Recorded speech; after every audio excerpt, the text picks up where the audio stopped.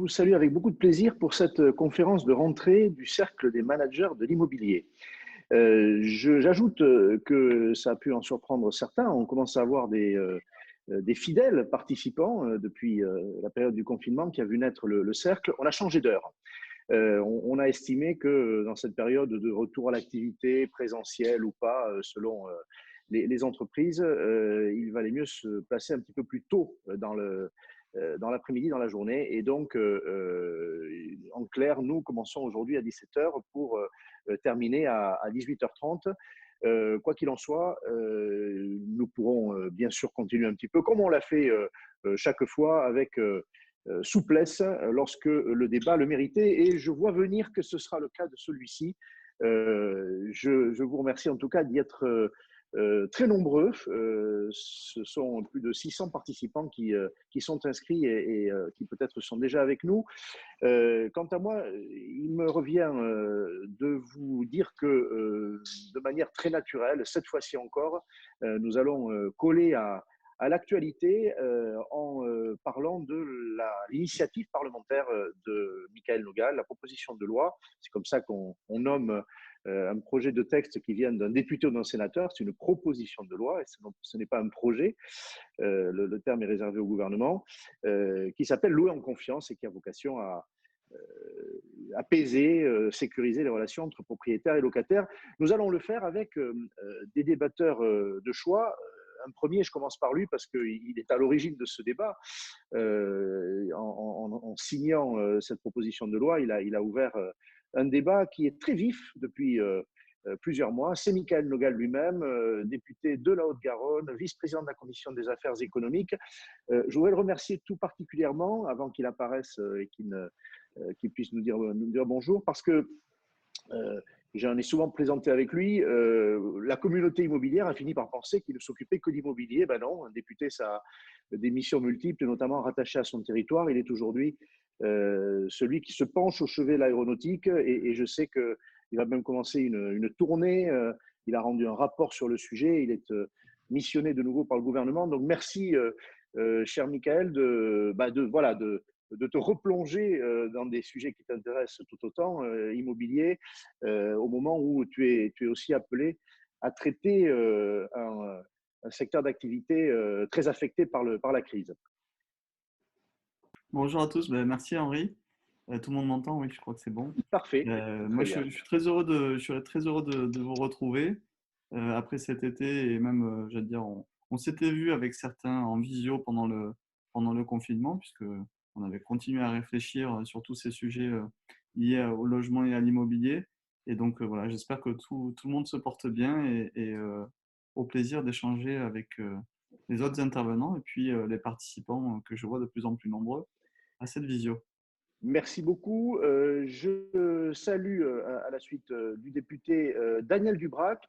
Elle est désormais la présidente de l'UNIS. Alors, elle a déjà participé à nos débats. Elle n'était pas encore la présidente du syndicat. Il y avait des fonctions. Elle était aussi, elle est toujours présidente de la Chambre de commerce et d'industrie de Seine-Saint-Denis, vice-présidente de la Chambre de commerce et d'industrie de Paris, bien sûr chef d'entreprise, administrateur de biens, mais c'est aujourd'hui la présidente du syndicat qui est avec nous. J'ajoute qu'elle est adhérente du pôle du Grand Paris à l'origine de la création de ce cercle. Donc c'est avec, à plusieurs titres, beaucoup de plaisir que je t'accueille, Daniel. Bonjour à tous et à toutes. Écoutez, je suis ravie. On ne t'entend pas très bien. On ne m'entend pas très bien. Alors, je suis ravie de participer à ce webinaire. D'abord parce que c'est un sujet qui revient, je dirais, sur la table. Ravie avec tous les adhérents. Donc, effectivement, je représente UNIS National. Ce webinaire est organisé grâce à UNIS Paris-Île-de-France, et je voulais remercier de cette initiative, parce qu'on parle de sujets qui sont des sujets qui peuvent être matière à discussion, à débat. On représente plus de 2500 adhérents au niveau d'UNIS. Merci aux partenaires et aux collaborateurs et aux chefs d'entreprise, adhérents ou pas d'ailleurs, qui nous écoutent avec attention lors de ce webinaire. Et puis, je voulais dire qu'on représente toutes les professions immobilières à travers, bien sûr, les gestionnaires locatifs, les syndics de copropriété, les experts, les rénovateurs, etc., etc. Voilà, je suis ravie et puis je pense qu'on va rentrer dans le vif du sujet. Alors, on va y entrer très vite, en effet, et tu seras, si tu le veux bien, parmi les premières personnes qui s'exprimeront. Tu as une obligation de 18 heures. Hein, j'en ai averti les autres débatteurs, donc ils comprendront que je privilégie ta prise de parole au tout début. Je salue à ta suite Jean-Michel Camison. Alors, Jean-Michel Camison, il est le président, c'est à ce titre qu'il est avec nous d'abord, de Pluriance, l'association qui rassemble la quinzaine d'enseignes leaders dans l'administration de biens en France. Sa propre entreprise, Daucher, en fait partie. Il est là, bien sûr, en tant que professionnel aussi, tout simplement. Bonjour Jean-Michel. Jean-Michel. Bon, j'espère qu'il n'y a pas de gros problèmes.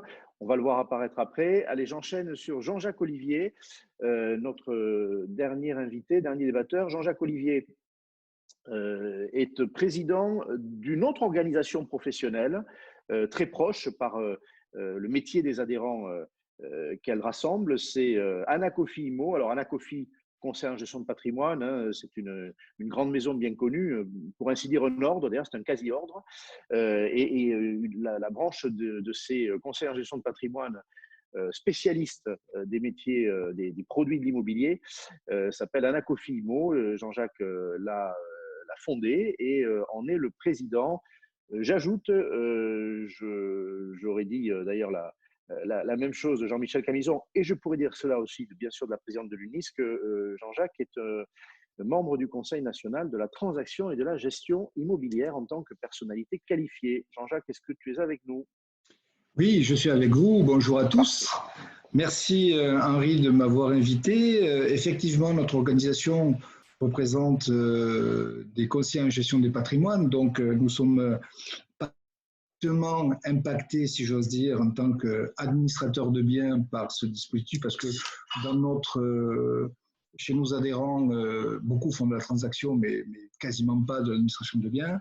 Par contre, effectivement, ce dispositif, je veux dire, a des conséquences pour nos clients, hein, donc essentiellement, je veux dire, les propriétaires. Voilà, donc nous aurons des choses à dire. Et puis, comme tu le sais, c'est un métier aussi je connais bien pour l'avoir pratiqué dans un passé pas si lointain que ça finalement. Voilà, mais je peux bien dire que oui, tu as été probablement l'entreprise d'administration de biens indépendante la plus importante ou l'une des plus importantes du pays. Et ça me permet de vous dire que je n'ai pas le temps de décliner toutes les qualités de nos invités, de décrire tout leur parcours. Il est évidemment riche. Je vous renvoie au site du Cercle des managers d'immobilier. Voilà, parce que sur le site, nous avons porté une biographie de chacun de ceux qui vont parler, de tous ceux qui ont parlé depuis ces dernières semaines avec nous de grands sujets. Donc, je vous invite à le regarder. Site illustré, comme ça vous reverrez leur visage naturellement. Voilà. Bien sûr, ce cercle a des initiateurs et ce sont donc je dirais des représentants de la puissance invitante et je voudrais saluer les deux qui sont avec nous. On a une défection. Vous savez, les administrateurs de biens sont aussi des urgentistes. Hein, et François-Emmanuel Borel, syndic de son État, voilà, il a été appelé à régler les problèmes d'un immeuble et donc il n'est pas avec nous. Il s'en excuse bien sûr. Mais Émilie Jousset, la présidente du Cercle, Benjamin Darmoni, président adjoint, qui a aussi des fonctions nationales d'ailleurs, sont avec nous. Émilie, présidente, je te salue. Bonsoir Henri, merci beaucoup de ta présentation complète. Effectivement, on te remercie toujours de participer à l'animation en tant qu'initiateur aussi d'ailleurs du Cercle des managers de l'immobilier, puisqu'on fait notre rentrée aujourd'hui avec vous tous. Merci à chacun des débatteurs, monsieur le député. On est ravis de vous accueillir pour cette première conférence mensuelle du mois de septembre. On continuera sur ce rythme d'une fois par mois et à cet horaire-là, parce qu'il correspond un peu plus aux vies actives qui ont repris de façon effrénée la rentrée. À l'UNIS, on a voulu ce cercle de façon transversale et un peu décorrélé de l'UNIS parce qu'on a considéré que la crise qu'on a vécue et qu'on va continuer de vivre, elle est transversale sur toutes les professions de l'immobilier. C'est pour ça qu'on a voulu des débats divers et variés depuis le début de ces conférences. Et aujourd'hui, on trouve ça important, suite à l'annonce du plan de relance, à la remise en route de nos cabinets et de toutes les professions immobilières, de revenir sur les solutions qu'a proposé le député Michael Nogal, qui nous fait l'honneur de revenir pour une deuxième fois au Cercle des managers de l'immobilier, de façon à énoncer toutes les solutions qui peuvent être trouvées et faciliter le travail des professionnels de l'immobilier. Voilà, donc on est très heureux que ce débat soit riche et divers. Oui, Henri. Avant de passer la parole à François-Emmanuel, et par correction, parce que c'est l'un de nos invités, j'accueille Jean-Michel Camison. Tout à l'heure, on n'avait pas de son, on n'avait pas sa voix, on ne le voyait pas non plus. Jean-Michel, je crois que tout marche bien maintenant. J'espère. Est-ce que tu m'entends, Henri? Absolument, et on te voit, tout va bien. Bonjour Henri, merci de votre invitation. Bonjour à tous, ravi de participer à ce webinaire. Alors, j'ai déjà dit à quel titre tu étais là, donc je ne le répète pas, mais je voulais qu'on te voie. Benjamin d'Harmonie est avec nous. Bonjour Henri. En tout cas, voilà. Bonjour Henri, bonjour à tous. Je précise à ceux qui ne sont pas nos habitués qu'on te reconnaît parce que tu es devant le coffre-fort du cabinet de l'administrateur de biens. Hein, voilà. Exactement. On reconnaît à ça. Voilà. Et on conserve précieusement les chéquiers de nos copropriétaires à l'intérieur. Et peut-être des dépôts de garantie. Peut-être des dépôts de garantie. Espérons. On va en parler. Merci Henri, bonjour à tous. Je suis personnellement, et nous sommes très heureux de recevoir à nouveau Michael Nogal pour ce débat. Vous savez que ces sujets, on tiennent très à cœur de l'UNIS Île-de-France. On a toujours eu la volonté de mettre en avant l'intermédiation et de faire du professionnel un conciliateur entre locataires et bailleurs. On a d'ailleurs vu pendant cette crise que les professionnels ont eu un rôle très important pour les locaux commerciaux. On a pu concilier et faire rejoindre les intérêts des bailleurs et des locataires alors même qu'on était dans une crise extrêmement importante, qu'on connaît moins dans l'habitation, plus dans le bureau et dans les locaux commerciaux. C'est le sens et l'objet aujourd'hui de ce débat et c'est pour ça qu'il va être extrêmement intéressant. On a aussi une volonté à l'UNIS Île-de-France, c'est de supprimer la discrimination. La discrimination, il y a quelques années, était un problème dans notre métier. Clairement, de plus en plus, on arrive à supprimer cette discrimination. Et je pense que le fait d'avoir un unique garant participera à avoir moins d'actions discriminantes entre bailleurs et locataires. Et donc voilà, c'est pour ça que je suis très heureux que ce débat puisse avoir lieu et j'ai hâte qu'il commence.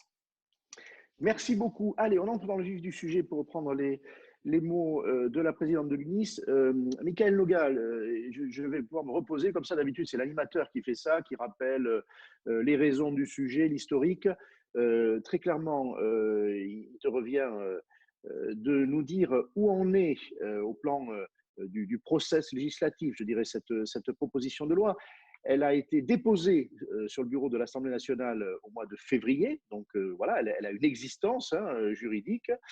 C'est d'ailleurs un texte que vous pouvez trouver sur le site de l'Assemblée nationale, tout simplement. Tout à l'heure, Daniel Dubrac disait ça revient sur le tapis. Alors, je crois que c'est la bonne expression, mais il va t'appartenir de nous le dire. On a changé de gouvernement, on a changé de ministre chargé du logement. Donc, il est intéressant de savoir aussi quel est le regard que porte l'actuel ministre sur cette initiative parlementaire. Voilà, donc en quelques mots, le processus et puis aussi ce qu'il y a dans cette proposition de loi. Je suis à peu près sûr, je n'imagine pas un instant qu'un seul des participants ne le sache pas, mais on va être très didactique, les dispositions très précises que tu y as introduites et qui vont faire le fond de notre débat de manière très analytique. Très bien. Combien de temps tu me laisses, Henri? Je Ah ben, m'adapte. 2 minutes, 2 minutes, 2 minutes. comme à l'Assemblée nationale. Bon, on va essayer Mais le d'être groupe rapide. majoritaire a peut-être un peu plus de temps que les autres, donc voilà. Très bien. Non, c'est important, bien sûr. Bon, alors, d'abord, replacer un petit peu le contexte. Donc, je salue ce que je connais et que j'ai déjà eu l'occasion de voir physiquement avant le Covid, parce qu'il n'aura échappé à personne que ce confinement et cette pandémie a bouleversé l'actualité et aussi l'actualité politique et le calendrier. Ma proposition de loi, d'abord, elle fait suite à un long travail sur le logement qu'on mène depuis notre arrivée aux responsabilités en 2017. Il y a eu la loi Elan, et à la suite de la loi Elan, le gouvernement, le Premier ministre et Julien Denormandie, à l'époque ministre du Logement, m'ont demandé d'approfondir le sujet des rapports locatifs qui avaient été assez peu traités dans la loi Elan, qui avait plus pour objet de notamment revoir les règles en termes d'urbanisme, réorganiser le secteur HLM, et même s'il y avait des mesures concernant le parc locatif privé, dont par exemple une mesure que je soutiens encore beaucoup, qui est le bail mobilité, la question des rapports locatifs en eux-mêmes n'ont pas été trop évoqués. Donc, ça a été l'objet du rapport que j'ai remis au gouvernement, loué en confiance, avec 37 propositions, certaines de nature réglementaire, d'autres de nature législative et certaines de nature fiscale, pour justement améliorer les relations entre propriétaires et locataires. Et j'utilise souvent le mot réconcilier, parce que malheureusement, aujourd'hui, et ça finit pas toujours en procédure ni de conciliation ni en procédure judiciaire, mais il y a une crise relationnelle, je peux dire, dans le logement entre les propriétaires et les locataires, et des comportements de part et d'autre qui peuvent être contestés, encore une fois, par les deux parties. Et mon objectif, et c'est aussi mon rôle d'élu, c'est d'améliorer le quotidien des Français dans le logement. Et je pense que cette question doit être traitée au-delà des sujets qui reviennent souvent quand on parle de logement, c'est-à-dire le nombre de constructions, la rénovation énergétique, le parcours dans le logement. Il faut aussi s'occuper des relations actuelles entre propriétaires et locataires. Parmi les 37 propositions que j'ai formulées dans ce rapport, j'ai tenu à en garder trois, alors trois de nature législative, à savoir, en fait, les trois qui, à mon sens, euh, partaient d'un constat. Donc, je vais les détailler les unes après les autres. La première mesure, c'est la consignation des dépôts de garantie. Pourquoi le député est venu se mettre sur le sujet des dépôts de garantie, alors que de précédentes lois avaient tenté de trouver un équilibre, notamment dans le fait de réduire le montant de ces dépôts de garantie, et en le laissant dans la main du propriétaire, ce qui, je le rappelle, se fait de moins en moins en Europe. En tout cas, si on peut prendre une comparaison par rapport au marché français, en Europe, on trouve de moins en moins de pays qui laissent le dépôt de garantie, donc cette créance du locataire, dans les mains du propriétaire, et privilégient la consignation. Cette consignation, ça faisait partie des propositions que j'avais formulées dans mon rapport, à partir d'exemples que j'ai pu constater à l'étranger, et une consignation qui a été mise en place dans certains pays depuis plus de 15 ans maintenant, pour mettre fin justement à ces mauvais comportements qu'on voit en France, à savoir, d'un côté parfois, je dis bien parfois parce que c'est évidemment pas toutes les relations entre propriétaires et locataires qui se passent comme ça. Par contre, même quand les cas sont mineurs, ils peuvent avoir une incidence sur la majorité des couples propriétaires-locataires. Donc, en France, on a un système où le propriétaire encaisse directement le dépôt de garantie, et parfois, il y a des contestations sur la restitution, une retenue parfois abusive, et de l'autre côté, de plus en plus de locataires qui, par crainte, pas forcément fondée d'ailleurs, mais par crainte de ne pas se voir restituer leur dépôt de garantie, ou par crainte de ne pas être d'accord sur l'arbitrage qui est fait à la fin, sur qui doit récupérer quel montant, eh bien, ils partent sans payer le dernier mois de loyer. Et ça, je l'ai constaté, j'allais dire, sur tous les territoires, dans toutes les classes sociales. Ce n'est pas un sujet d'origine. Voilà, c'est vraiment malheureusement quelque chose qui se généralise, et je pense qu'il faut y mettre un terme. Cette consignation, aujourd'hui, comme vous le savez, vous êtes bien placé ici parmi les participants et parmi les intervenants pour le savoir, les administrateurs de biens sont habilités à garder les dépôts de garantie. Et pour la gestion de particulier à particulier, eh bien, c'est le propriétaire qui garde ce dépôt de garantie et le restitue après à la fin du bail, après la location. Je pense très sincèrement, mais on pourrait y revenir et je détaillerai On va le faire. la méthode, mais je pense que la consignation est un des moyens de décrisper durablement la relation entre propriétaire et locataire, parce que oui, c'est le premier sujet de conflit. Et je ne parle pas seulement, encore une fois, de procédure en justice, mais je parle bien de conflits globaux entre propriétaires et locataires. C'est le premier sujet de tension. La Sachant deuxième que les professionnels, pour la partie du parc qui gèrent, on va affiner bien sûr ce discours, consignent pour beaucoup d'entre eux. Pas tous, mais pour beaucoup d'entre eux déjà. Hein. Donc, ils ont une habitude de consignation pour leurs clients.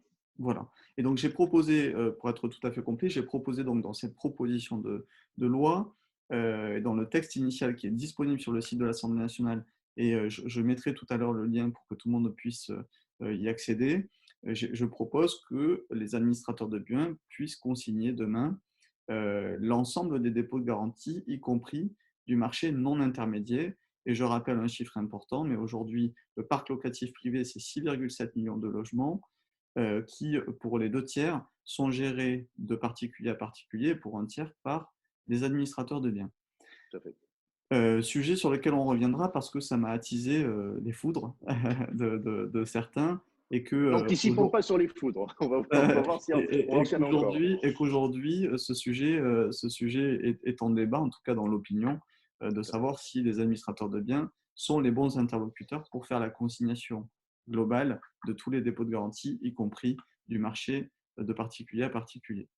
La deuxième mesure, Benjamin Darmoni, que je salue, y est revenu tout à l'heure, parce que je sais que c'est une attention que porte beaucoup l'UNIS et depuis de longues années sur le sujet de la lutte contre les discriminations. C'est aussi une priorité que j'avais formulée déjà dans mon rapport loi en confiance, avec notamment une mesure visant à augmenter les heures de formation sur ce sujet particulier de la lutte contre les discriminations. Et je pense qu'il faut qu'on aille un peu plus loin. Et la deuxième et la troisième mesure de ma proposition de loi visent à réduire cette discrimination. La deuxième mesure, c'est en fait aujourd'hui le constat que dans les zones les plus tendues, en particulier à Paris, mais aussi dans les grandes métropoles, vu la tension du marché, on a plus de candidats locataires que d'offres. Et donc, j'allais dire, une sélection à l'entrée qui ne se base plus sur des critères objectifs de solvabilité, mais sur des a priori et parfois des choses que je vois malheureusement trop souvent, où un couple en CDI qui gagne chacun plus de 3 fois le loyer se voit imposer l'obligation de fournir 2, 3, 4 garants parfois. Et donc clairement, aujourd'hui, en fait, on est arrivé à une situation où on n'est plus seulement dans la discussion où quand un seul parent ne suffit pas à rassurer le propriétaire, eh bien, on demande au deuxième parent quand il y a un deuxième parent. La situation du marché, elle est plus celle-ci. Aujourd'hui, ce n'est pas le deuxième parent qui fait basculer un dossier et qui fait accepter un dossier. Aujourd'hui, on va beaucoup plus loin et moi, je veux limiter ces abus dans le sens où, en plus, et je l'écrivais déjà dans mon rapport loi en confiance, mais la caution personne physique, et c'est un point que les associations de consommateurs et même PAP soutient, c'est que la caution personne physique est le moyen de sécurisation des propriétaires le moins fiable juridiquement et le plus injuste socialement pour les locataires. La caution personne physique ne fait que des perdants, à mon sens, alors qu'il existe des moyens aujourd'hui, gratuits ou payants, de se sécuriser, et on y reviendra tout à l'heure. On y reviendra. Il y a peut-être même des extrémistes parmi les débatteurs qui iraient peut-être plus loin que la proposition de loi. On va y revenir. La troisième mesure, qui est peut-être la plus structurante pour le marché, vise à assurer la sécurisation totale des revenus, la sécurisation totale aux propriétaires d'ailleurs, par la création d'un nouveau mandat de gestion totalement libre, je précise, c'est-à-dire que, parce que je voyais une question dans les commentaires, demain avec ma proposition de loi, un propriétaire qui souhaite gérer de particulier à particulier pourra continuer à gérer de particulier à particulier. La seule différence, c'est qu'il saura qu'en passant par un professionnel, il peut trouver un mandat de gestion de sécurisation totale qui intègre le paiement des loyers, la garantie de paiement des loyers tous les mois, plus de délais de remboursement comme on peut les connaître aujourd'hui avec notamment les GLI ou même Visal. Visal qui est un très bon produit, et là aussi on pourra en reparler parce qu'il a beaucoup évolué, qui intègre ce mandat de gestion et de sécurisation totale, qui intègre évidemment la prise en charge des dégradations et bien sûr les services que proposent depuis toujours les administrateurs de biens. Mais vraiment cette demande, pourquoi ce nouveau mandat de gestion? Parce que c'est une grande attente des propriétaires bailleurs en France aujourd'hui. Je cite pour ça 2 sondages, un réalisé par Se Loger et un autre réalisé par l'UNIS et l'AFNAIM, qui montrent que 70% des propriétaires bailleurs qui gèrent de particulier à particulier seraient prêts à confier leurs biens à un professionnel s'ils avaient cette sécurisation totale. Pour être complet, il faut quand même rappeler que aujourd'hui, 2 groupes, les 2 plus gros groupes en France, que sont Foncia et Sergic, assurent cette prestation. Alors, pas directement le loyer payé chaque mois, il y a un petit délai, mais ça se rapproche de ma proposition et j'allais dire cette assurance est intégrée pour ces groupes qui ne font pas appel à des assureurs extérieurs, mais qui, par leur capacité financière, ont la possibilité d'apporter cette prestation. Et donc, parce que je parle aussi à des indépendants, il y a la possibilité demain pour les plus petits cabinets et pas les grands groupes, parce qu'au départ, on m'a reproché de favoriser les grands groupes, ce n'est pas du tout l'objet. On va y revenir, hein, c'est une question, bien sûr. De pouvoir proposer ce service et d'attirer plus de propriétaires bailleurs si le travail est bien fait. Voilà. En 2 phrases, monsieur le député, l'état de l'art aujourd'hui, j'ai rappelé que ce texte avait été déposé, hein, comme on dit, sur le bureau de l'Assemblée nationale. On était en février, juste avant la crise. Très opportunément, tu as rappelé que le Parlement avait un peu travaillé sur des sujets très urgents. Tu as fait partie d'ailleurs des parlementaires qui ont suivi le traitement de la crise par le gouvernement. Qu'est-ce qui va advenir aujourd'hui? Quel est le calendrier? C'est important parce qu'on a avec nous une présidente de fédération, le président de Pluriance, des professionnels. À quel rythme vont-ils devoir accompagner ce texte et quelle perspective d'avoir une loi aujourd'hui? Alors, le calendrier n'est pas encore fixé. On est en train de discuter avec Emmanuel Vargon de ce calendrier, mais comme tu l'as rappelé, Henri, les sujets sont nombreux. Pour vous en citer quelques-uns, on a les néonicotinoïdes dans la culture de betterave qui arrive à la mi-septembre. On a un projet de loi de simplification, on a un projet de loi contre les séparatismes, on a un projet de loi de finances et de financement de la sécurité sociale. Enfin, tout ce que vous entendez dans l'actualité et qui va m'occuper aussi en tant que parlementaire, parce que je suis par ailleurs vice-président de la Commission des affaires économiques et donc je me prononce aussi sur d'autres sujets, et tu l'as rappelé Henri, que le logement. Mais en tout cas, je pense que on n'aime pas partager, nous on n'aime pas partager, c'est pour ça qu'il y en a qui pensent que… Je sais bien. Voilà, bon. Il faut apprendre, Bon.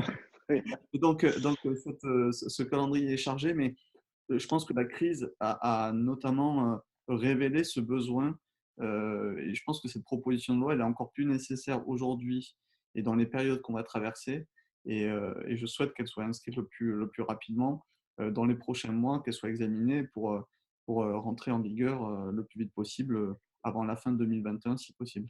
Quel est le regard, ensuite je passerai la parole à Daniel Dubrac, comme je m'y suis engagé d'abord, quel est le regard de la nouvelle ministre sur cette proposition de loi? On ne va pas parler de l'appréciation qui a pu être celle du GM de Normandie, il a été appelé à d'autres fonctions. Parlons de l'avenir maintenant. On l'a vu vous réunir les parlementaires, députés, sénateurs, donc d'évidence l'initiative parlementaire, elle a bien voulu me le dire, j'ai été journaliste d'un jour aux entretiens du logement, on a parlé d'initiative parlementaire, elle aime que les parlementaires entrent dans le jeu, c'est ton cas. Sur ce texte particulier, est-ce qu'elle a un avis? Est-ce qu'elle n'a pas encore eu le temps de se pencher sur le sujet? Parce qu'il n'y a pas longtemps qu'elle est arrivée, elle a déjà travaillé. Alors, l'avantage, comme j'ai dit à notre nouvelle ministre, c'est que ma proposition de loi ne coûte rien à l'État. Ça, je pense que c'est une bonne chose pour faire inscrire ce texte à l'ordre du jour dans une période où, évidemment, l'État, et vous avez vu les annonces sur le plan de relance, l'État joue un rôle majeur dans l'accompagnement des entreprises et des Français pendant cette crise. Elle prend ses marques, j'allais dire, hein, elle le disait elle-même aux entretiens d'Incho CETA où nous étions présents, pour justement faire le point sur les différents sujets. La priorité, c'est évidemment la relance, hein, vous le savez, augmentation du budget de MaPrimeRénov', qui a déjà bien fonctionné depuis le début de l'année et qui va être accentué. Transformation des friches dans les territoires tendus, justement, pour avoir une offre de logement plus importante. Donc là, on est au mois de septembre, j'allais dire, sur dessiner des lignes du plan de relance dans le logement. Et je pense à nos amis du bâtiment et de la construction qui sont inquiets aussi pour toutes les entreprises du secteur. Et je sais que la ministre s'entretient avec eux pour les intégrer, voir comment on associe à la fois rénovation énergétique et construction dans le neuf, avec les dispositifs que vous connaissez qui doivent être revus ou voire prolongés peut-être, le Pinel, le PTZ, dans des conditions qui seront fixées dans la loi de finances. Mais je dirais que sur la proposition de loi, elle est évidemment attentive. Elle partage le constat et donc elle a envie aussi de bouger les lignes. Maintenant, je lui laisse prendre ses marques pour donner un avis qu'elle formulera, j'imagine, bientôt. Parfait. Merci beaucoup, Michael. Daniel Dubrac. Alors, une question très simple d'abord. Est-ce que le diagnostic que Michael Nogal a fait dans son rapport, qu'il a continué à faire pour asseoir ces 3 propositions, est partagé par l'UNIS? C'est-à-dire qu'est-ce qu'effectivement il y a un problème sur le dépôt de garantie? Est-ce qu'il y a un problème sur les multicautions qui conduit à la discrimination? Est-ce qu'il y a un problème d'insuffisante sécurisation des propriétaires bailleurs aujourd'hui dans notre pays? Et deuxièmement, les réponses qui sont apportées par la proposition de loi, comment l'UNIS les apprécie-t-elle? Est-ce qu'elle est favorable à cette proposition de loi en l'état, avec des réserves, avec des amendements? Voilà, les questions sont assez naturelles. Et derrière, je te relancerai parce que Michael lui-même a évoqué des choses. Est-ce que le texte apporte des réponses qui peuvent discriminer entre les cabinets indépendants et les autres? Ça va être un sujet. On pourra en parler avec Jean-Michel, bien sûr, aussi. Voilà, pour te provoquer un peu, mais on le fait amicalement. C'est vrai que la dernière fois que Michael Nogal s'est retrouvé face à une large assemblée UNIS, c'était un grand anniversaire dans un très beau lieu qui était le Grand Palais. C'était les 10 ans de l'UNIS. Et bon, je ne sais pas, il n'a pas eu que des applaudissements. Alors voilà, est-ce qu'aujourd'hui, on est plutôt sur les applaudissements ou est-ce qu'il y a encore quelques sifflets?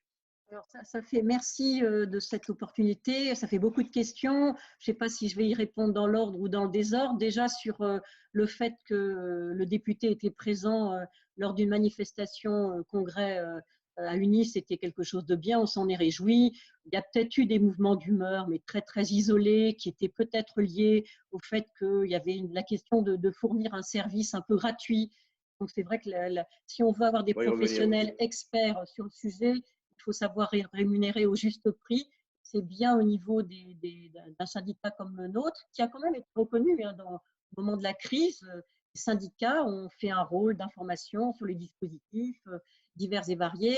Et le rôle des syndicats est important. Et il faut que les syndicats disent aux adhérents comment faire pour appliquer correctement une loi, que ce soit une loi qui soit celle qui a été modifiée au fil de l'an, comme la loi Elan qui a été aussi remaniée, et la loi sur le logement qui a été remaniée pendant des années, au moins 10 fois en 10 ans. Et puis bien sûr, si la loi avec les 3 articles fait l'objet d'une loi finale, on sera attentif à ce que ça soit appliqué. Alors évidemment, il y a trois dispositifs là qui ont été cités.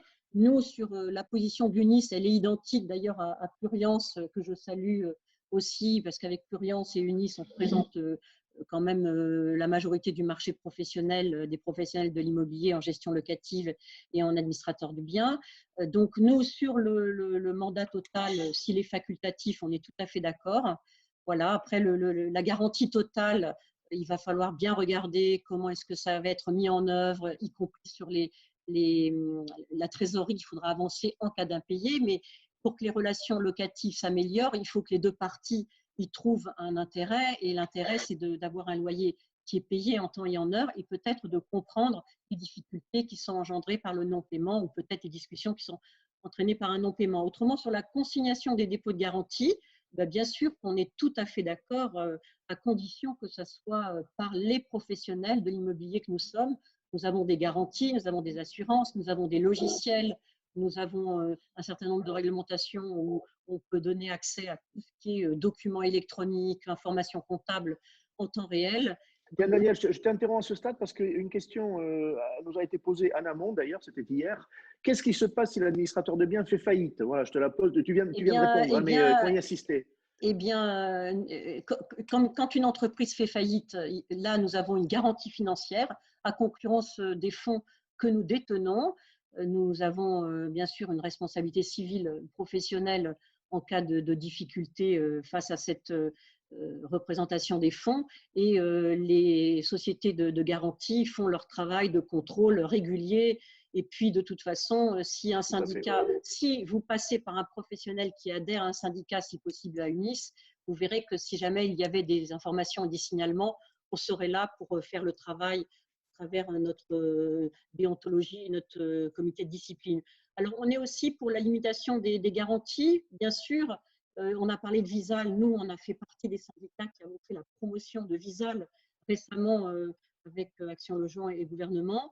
Ce qu'on veut dire, c'est que des fois, il peut y avoir des difficultés. Tout à l'heure, monsieur le député citait l'histoire de la garantie de 2 personnes physiques qui sont le papa et la maman, par exemple. Mais on sait bien que des fois, les régimes fiscaux et patrimoniaux ne sont pas les mêmes. Et donc, attention à la différence entre les biens propres de l'un et les biens communs des 2 autres. Voilà, il peut y avoir des difficultés quand même sur qui sont un peu contraignantes. Autrement, que dire? Il faut que la mise en œuvre de la loi, quand elle sera votée, ça soit quelque chose qui soit bien anticipé dans les difficultés qui vont apparaître, que les mesures d'application soient anticipées. On demande souvent ça parce que, vous voyez, après, au dernier moment, on se demande comment on va faire telle et telle modalité. Donc, il faut bien anticiper les mesures d'application. Et puis, il faudrait que si on est bien d'accord autour de la table, et avec les professionnels et bien sûr avec monsieur le député, qu'il n'y ait pas des difficultés de dernière minute avec des amendements qui pourraient finalement tout remettre en question, alors qu'on s'est bien mis autour de la table pendant des mois et des mois.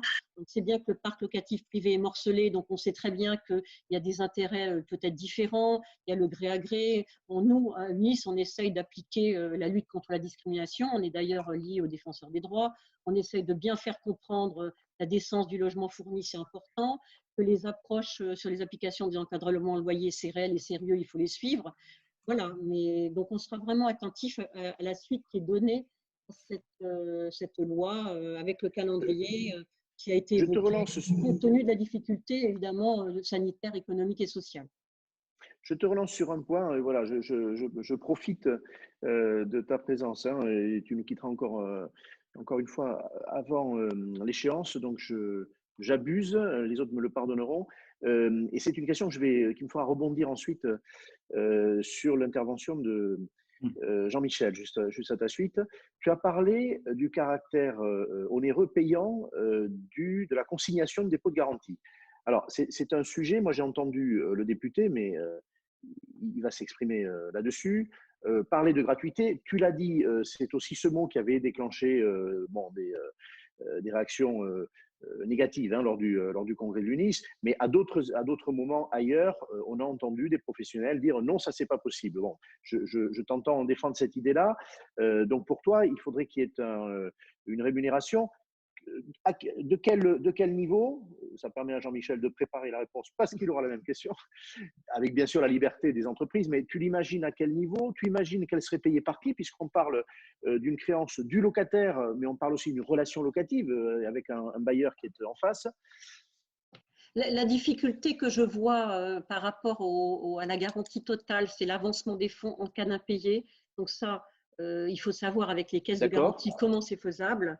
Ça, c'est vraiment un point important. Et sur la consignation, tout dépend le travail qu'il y aura à faire. Si c'est juste sur la base d'un papier signé entre les 2 parties, on libère la caution, pourquoi pas. Mais après, vous savez qu'on a parlé de la garantie financière, elle est liée au montant que nous détenons à un instant donné, tout compte confondu. Donc, il faut savoir si ça rentre dans la garantie financière ou pas, parce que très clairement, ça, ce n'est pas du tout gratuit, puisque comme ça correspond à un risque et à une assurance, derrière, il y a une cotisation qui en découle. Donc, ne serait-ce que ce point-là, et puis après, libérer, même si c'est des virements automatiques avec une banque qualifiée, ça demande quand même un petit peu de temps de regarder ce que l'on fait. Donc là, ce sont des discussions voilà, qui n'ont pas forcément donné suite à des montants. Bon, après, il y a dans les mandats de gestion, quand on fait de l'appel de quittancement, quand on fait de la gestion technique, plus que locative et administrative, évidemment, on est rémunéré par rapport à ces actes de gestion. Mais c'est un acte de gestion, mais je crois que la plus grosse difficulté aujourd'hui, c'est vraiment les garanties financières. Est-ce que cet argent-là fera partie de notre montant plafonné ou pas? Et puis, après, sur la base, la libération du dépôt de garantie, est-ce que ça se fera sans difficulté sur la base unique d'un document? Est-ce qu'il y aura une certification du document? Donc, c'est quand même des questions sur les mesures d'application qui ont besoin d'être déterminées, et sur le traitement des impayés aussi. Voilà. On parlait de délai, tout le monde n'est pas Foncia. Nous, on a beaucoup d'indépendants dans notre syndicat professionnel. Foncia est techniquement très armé sur ce type de problématique, mais l'avance de trésorerie, c'est quand même quelque chose d'important. Alors, Foncia, pour ceux qui ne connaîtraient pas, Foncia est le leader français de la gestion locative. Voilà, je dis ça. Et puis, je rappelle, comme le disait le député, que les honoraires sont libres, par définition. Voilà. Bien sûr, il y a des prix pratiqués, de même que quand il y a un loyer qui est pratiqué en dehors de tout encadrement, évidemment, il y a des prix du marché. Et bien là, dans les mandats de gérance, il y a des prix de marché aussi. Tout dépend du service. Tu peux rebondir. Michael, pardon? Est-ce que je peux rebondir ou tu voulais… Oui, bien sûr. Alors, j'allais faire intervenir Jean-Michel avant de te redonner la parole, si tu veux bien, parce que je pense qu'il va intervenir sur les mêmes sujets, peut-être dans le même sens. Daniel nous disait qu'il y avait une grande proximité entre les deux institutions. Jean-Michel, et on prendra la peine de revenir vers Daniel sans doute avant qu'elle ne nous quitte. Bon, même question. Pluriance, bien sûr, dès la première heure, s'est penché sur cette proposition de loi avec beaucoup de réserves. J'ai entendu, j'y suis attentif, mais tout le monde a pu voir que des réserves avaient été formulées par Pluriance. Est-ce que cette position, à l'époque réservée, a évolué? Parce qu'il y a eu beaucoup de débats. Le député n'a pas été avare d'explications. Est-ce que ça a conduit à des évolutions? Vous avez parlé entre vous aussi, hein, entre grands administrateurs de biens majors, avec les organisations professionnelles. Il a aussi été dit par Pluriance que pour en arriver à ce résultat, garantie totale ou séquestre vers les administrateurs de biens, on n'avait pas besoin de loi. Bon, est-ce que cette position a évolué? Et puis, une dernière question, elle n'est pas perverse, mais c'est un sujet, Daniel elle-même évoquait un membre de Pluriance, c'est Foncia, le cabinet d'Aucher que tu pilotes en est un autre, et puis il y a d'autres grandes enseignes. Est-ce qu'il y a unanimité ou est-ce qu'il y a des regards différenciés, distincts des membres de Pluriance, sachant qu'une association doit gérer une diversité aussi? Tout à fait, oui. Je vais essayer de répondre à ces questions dans l'ordre. La première de tes questions, c'était est-ce que Pluriance a évolué? Je ne la prendrai pas dans ce sens-là. C'est la proposition de loi qui a évolué. Pluriance, et tu as raison de le rappeler, était opposé à l'obligation du mandat global. Et c'est là-dessus que je pense que tu as des souvenirs de débats peut-être un petit peu animés. Mais la proposition du député Nogal a évolué vers une proposition de mandat global optionnel, hein, que nous pourrons proposer. Et dans cette configuration, les membres de Pluriance sont tout à fait d'accord. D'ailleurs, monsieur le député a rappelé que certains des membres de Pluriance avaient déjà une proposition qui allait dans ce sens-là. En effet, c'est Foncia qui, lui, est dû croire de l'ensemble de son risque. Donc, ça veut dire qu'il prend le risque de ses impayés sur ses fonds propres. Il faut une couverture financière effectivement très importante pour pouvoir le faire. Sergic n'est pas dû croire de l'ensemble du risque puisqu'il a un stop loss. Monsieur le député, on en a beaucoup parlé au début de cette possibilité d'avoir une assurance stop loss, c'est-à-dire qu'il va démarrer à un certain seuil de risque. Et donc, Sergic a cette assurance par le haut qu'il n'a jamais fait jouer. Donc, c'est que l'activité se comporte normalement. Donc là-dessus, je confirme que l'ensemble des membres de Pluriance sont favorables à proposer un mandat global, un mandat qui va au-delà de ce qu'on propose aujourd'hui avec la GLI, tout à fait d'accord avec un remboursement des loyers dès le premier mois. Est-ce que tu penses, pardon, je t'interromps là-dessus, tu n'es pas le mieux placé, mais enfin, tu vas répondre de bonne foi. Est-ce que tu penses que cette mesure, c'est beaucoup dit sur le chat, j'ai des dizaines de questions là-dessus, va favoriser, Daniel l'a évoqué, cette question en tout cas, les très gros cabinets, les membres de Pluriance. En clair, est-ce que tu as des raisons de te réjouir particulièrement ou est-ce que tu penses que tout le monde va pouvoir assumer cette obligation si ce mandat est demandé par le bailleur? Alors, il n'y a pas d'opposition petit-grand, même si effectivement je représente Pluriance. Pluriance est une association qui avant tout défend les intérêts du métier. Donc, on essaie de prendre en considération les besoins de tout le monde. Mais tu as raison. Sur la taille, sur la couverture financière, il est évident que les entreprises qui ont des capitaux propres importants vont minimiser leurs risques et surtout vont minimiser leurs coûts. Puisque si on reprend un petit peu les discussions qu'on a eues sur le mandat global, il peut y avoir en gros 3 propositions. On va dire celle qui correspond à Foncia, je suis du croire de ce risque-là et donc je travaille sur mes fonds propres. Celui qui est un peu entre les deux, donc avec un stop loss qui va démarrer à un certain niveau de risque, très bien, mais ça veut dire que l'administrateur de biens prend quand même un risque sur, on va dire, une partie de ces impayés et après l'assurance prendra. Mais on a également la possibilité de travailler avec un risque zéro, c'est-à-dire un impayé dès le premier jour. Et d'ailleurs, Pluriance a travaillé dans ce sens-là avec le métier des assureurs, SADA, SMA, Crédit Agricole, pour essayer de construire. Et on l'a fait très tôt, on l'a fait même avant le confinement, on a continué à travailler avant le confinement pour essayer de construire un produit de service, un produit d'assurance qui va couvrir tous ces points-là. Donc, la difficulté, elle n'est pas d'opposer les petits et les grands, mais par contre, il est vrai que le coût de ce service va être un petit peu différent entre le choix de prendre quelque chose ceinture et bretelle, une assurance, on va dire, dès le premier euro, quelque chose qui est un petit peu entre les deux avec un stop loss sur lequel on mettrait un cut un peu plus élevé, et le troisième, mais qui est vraiment réservé à des très grosses unités type Foncia, qui est le du croire à 100%. Donc, voilà en quoi la différence entre les petits et les gros peut jouer. Je rajouterai peut-être quelque chose en prime. La différence, elle va également jouer en fonction de la localisation de l'administrateur de biens. Il ne faut pas se leurrer, il y a des quartiers, des arrondissements ou des départements sur lesquels le taux d'impayé est plus important qu'ailleurs. Donc, c'est vrai que là, l'assureur va forcément à un moment donné prendre en compte le risque de votre département. Ils le font pour les voitures, donc il n'y a aucune raison qu'ils ne le fassent pas pour la localisation du cabinet. Donc voilà, pour moi, je pense que sur ce mandat global, qu'on peut très bien appeler mandat nogal, la profession est alignée complètement. D'accord. Après, effectivement, la construction de ce mandat, il va pas être, tout le monde ne sera pas égal devant ce mandat. Puisque quoi qu'il en soit, c'est un mandat qui va coûter quelque chose, qu'on prenne de l'assurance ou pas, c'est un mandat qui va venir surenchérir un petit peu le coût de notre mandat classique.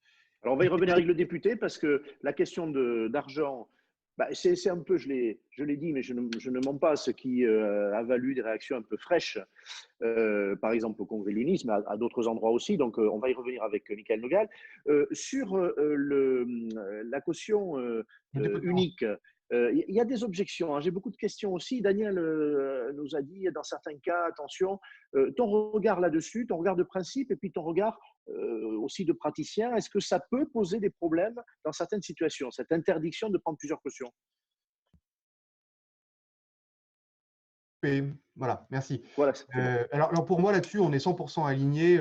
Il faut arrêter avec la surenchère des cautions et des machins et aller chercher l'arrière-grand-mère si besoin. Non, un seul garant ou une seule caution me paraît tout à fait raisonnable. Voilà. Alors, peut-être un cas particulier pour les étudiants, où là, très souvent, effectivement, on demande aux parents et aux deux parents d'être caution. Mais pour nous, là-dessus, il n'y a franchement pas débat. Il faut arrêter avec la surenchère. Alors, avant que je passe la main à Benjamin, parce qu'il l'a levé, puissance invitante oblige, je vais lui donner la parole, quoi qu'il en soit, même avant Michael. Mais ton regard sur la dernière disposition, alors là aussi, j'avais entendu quelques nuances. Est-ce qu'aujourd'hui, ce séquestre qui serait obligatoire dans les mains du tiers de confiance que serait l'administrateur de biens, Ça convient à Pluriance? Est-ce que les membres de Pluriance sont prêts à apporter en effet ce service? Et la question du coût, parce que Daniel a été très clair là-dessus, je vais te demander la même clarté. Tout à fait d'accord avec le séquestre des dépôts de garantie par notre profession. Ça renforce notre rôle de tiers de confiance. Daniel l'a très bien rappelé, nous avons une armada de sécurisation dans nos sociétés. La caisse de garantie qui vient contrôler annuellement, notre RCP, etc. Donc, on est outillé effectivement Vous êtes prêts? pour gérer ça. Je dissociais peut-être deux catégories, intermédiaires et non intermédiaires. Je vais vous dire, sur les intermédiaires, il n'y a pas débat. Aujourd'hui, on va dire que Paris a pris un mauvais tournant, si j'ose dire, mais depuis quelques années, les DG sont reversés aux propriétaires. C'est un phénomène qui est plus parisien que provincial. En province, les DG sont conservés par l'administrateur de biens. Pourquoi? Parce que les loyers sont plus élevés et que les propriétaires Probablement, et ça a attisé plus envie de récupérer. ouais, probablement. Je n'ai pas de certitude là-dessus, mais en tous les cas, c'est un état de fait. Donc aujourd'hui, on va dire qu'à la limite, pour les mandats intermédiaires, le fait que l'administrateur de biens ait l'obligation de séquestrer le dépôt de garantie ne pose aucun problème. C'est ce qui est pratiqué dans 90% de la France, sauf à Paris.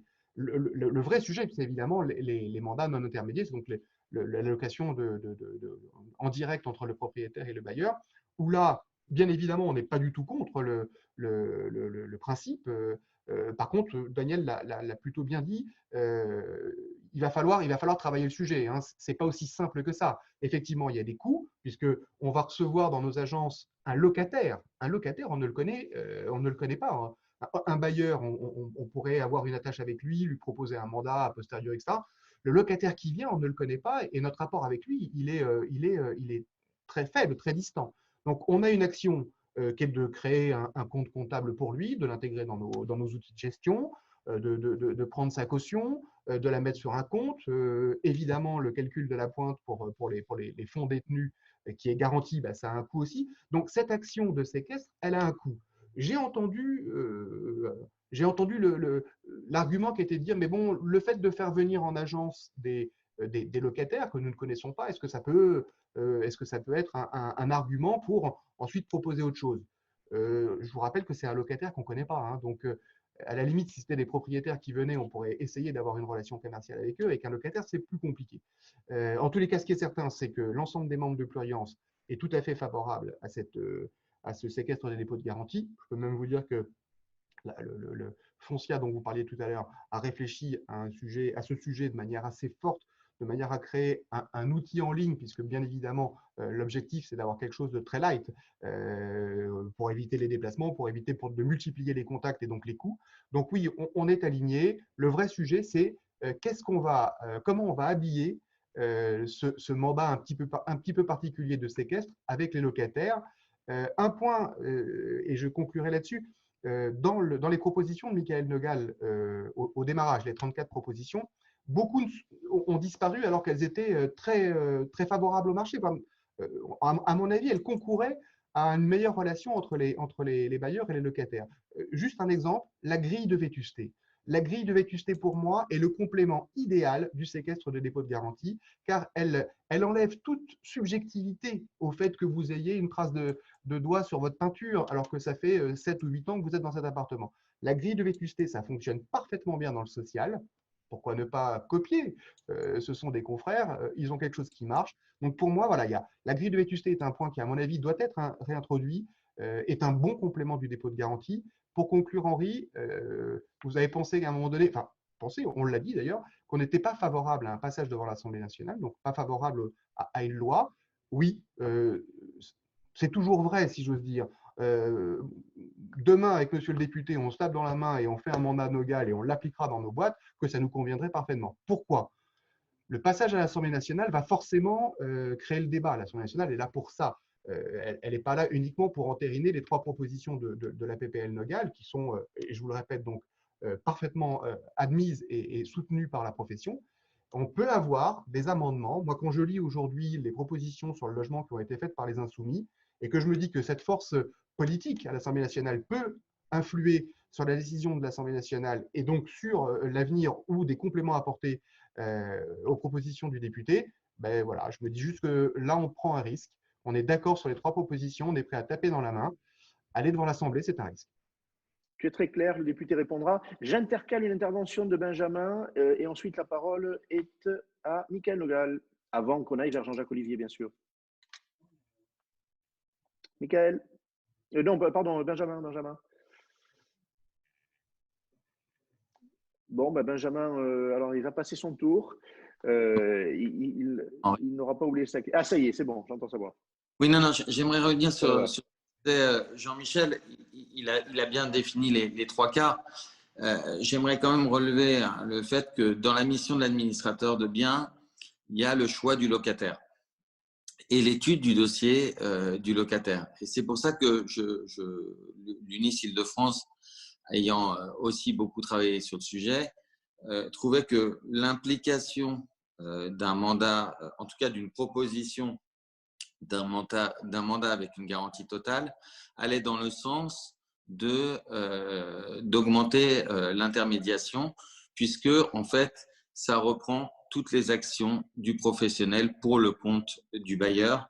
Et effectivement, le taux d'assurance loyer impayé serait différent en fonction des régions, en fonction des différentes localisations. Mais encore une fois, c'est assez vrai partout. Et même dans tous les métiers, on voit cette représentation. On ne paye pas forcément le même prix, mais pour autant, ça apporte des résultats et surtout la confiance des clients. Dernière chose, 2/3 de biens non gérés par un professionnel en France, d'après nous, il y a quelque chose qui ne va pas et il faut, je ne sais pas si ça sera ce projet de loi là ou cette proposition de loi, mais en tout état de cause, il faut réconcilier bailleurs et locataires.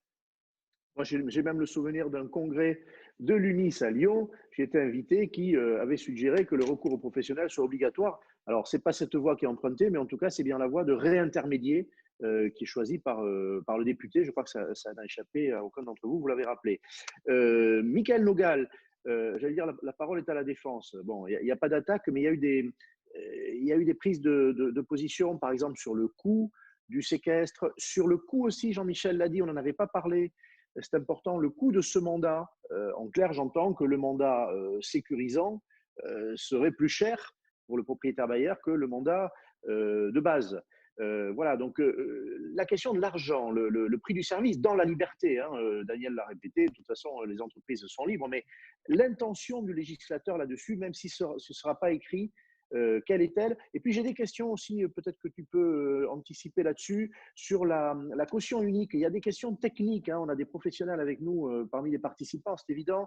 On me dit par exemple les couples non mariés, est-ce qu'il faudrait que chacun, néanmoins, puisqu'il serait non marié, apporte, lorsqu'ils sont co-titulaires du bail, apporte une caution chacun, ou est-ce qu'une seule pour les deux? Voilà, donc est-ce que déjà il y a eu une réflexion sur les cas particuliers? On a parlé des étudiants aussi qui pourraient motiver une entorse en quelque sorte. Voilà, donc c'est assez technique, mais c'est important. J'ai l'impression que là, il y a un accord sur le principe, mais des objections très pragmatiques. Oui, merci. Je vais essayer d'être le plus bref et concis possible pour laisser la place aussi aux autres questions et aux autres intervenants. D'abord, peut-être faire un point de méthode et rebondir à ce qu'a dit Daniel Lubrac tout à l'heure et qui a été évoqué aussi par Jean-Michel Camison, à savoir que ma méthode de travail, et puis les personnes qui sont ici le savent bien, ça a été la concertation. Depuis 2019, depuis début 2019, j'ai beaucoup écouté, j'ai beaucoup auditionné, je me suis beaucoup déplacé dans les territoires pour aller au contact de tous les professionnels et construire avec eux, avec vous, les propositions. J'ai aussi vu les associations de propriétaires, de locataires, les associations de consommateurs, parce que j'ai vraiment à cœur de réconcilier les Français, où qu'ils soient aujourd'hui, du côté des propriétaires, du côté des locataires. On a eu beaucoup d'opposition. Moi, je veux vraiment qu'on dépasse ce clivage habituel. Un autre point de méthode, c'est celui de l'examen au Parlement. Jean-Michel Camison le disait, une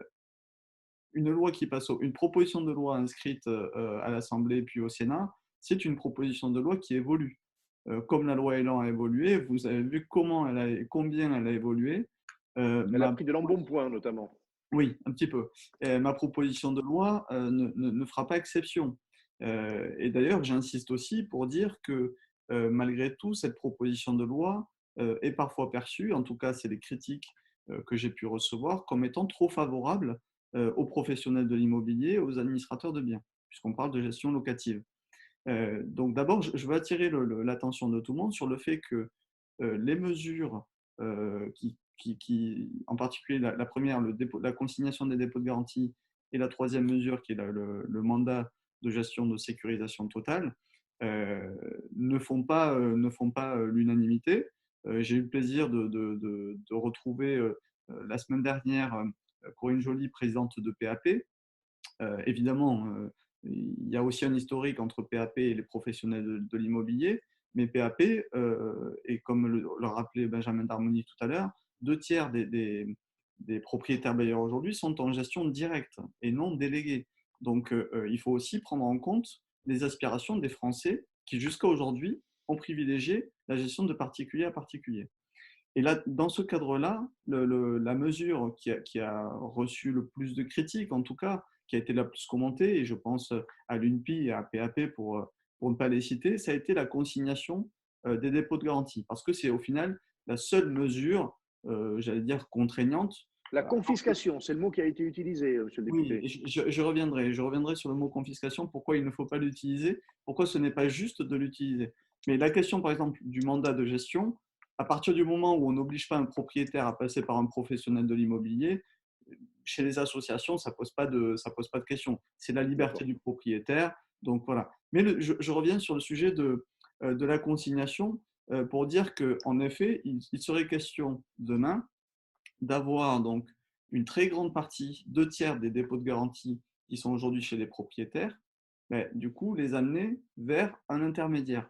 Pour ceux qui ont suivi mes travaux, vous savez qu'au départ, j'avais privilégié l'option d'un organisme tiers agréé par l'État, sur le principe de ce qui se fait au Royaume-Uni, alors que dans d'autres pays, c'est auprès des banques ou auprès des ADB que se fait la consignation de l'ensemble des dépôts de garantie du parc locatif privé. Et je salue Daniel Dubrac qui nous quitte simplement sans t'interrompre, monsieur le député. Voilà. Merci beaucoup, Daniel. Mais on se voit très bientôt, donc on aura l'occasion. Oui, absolument.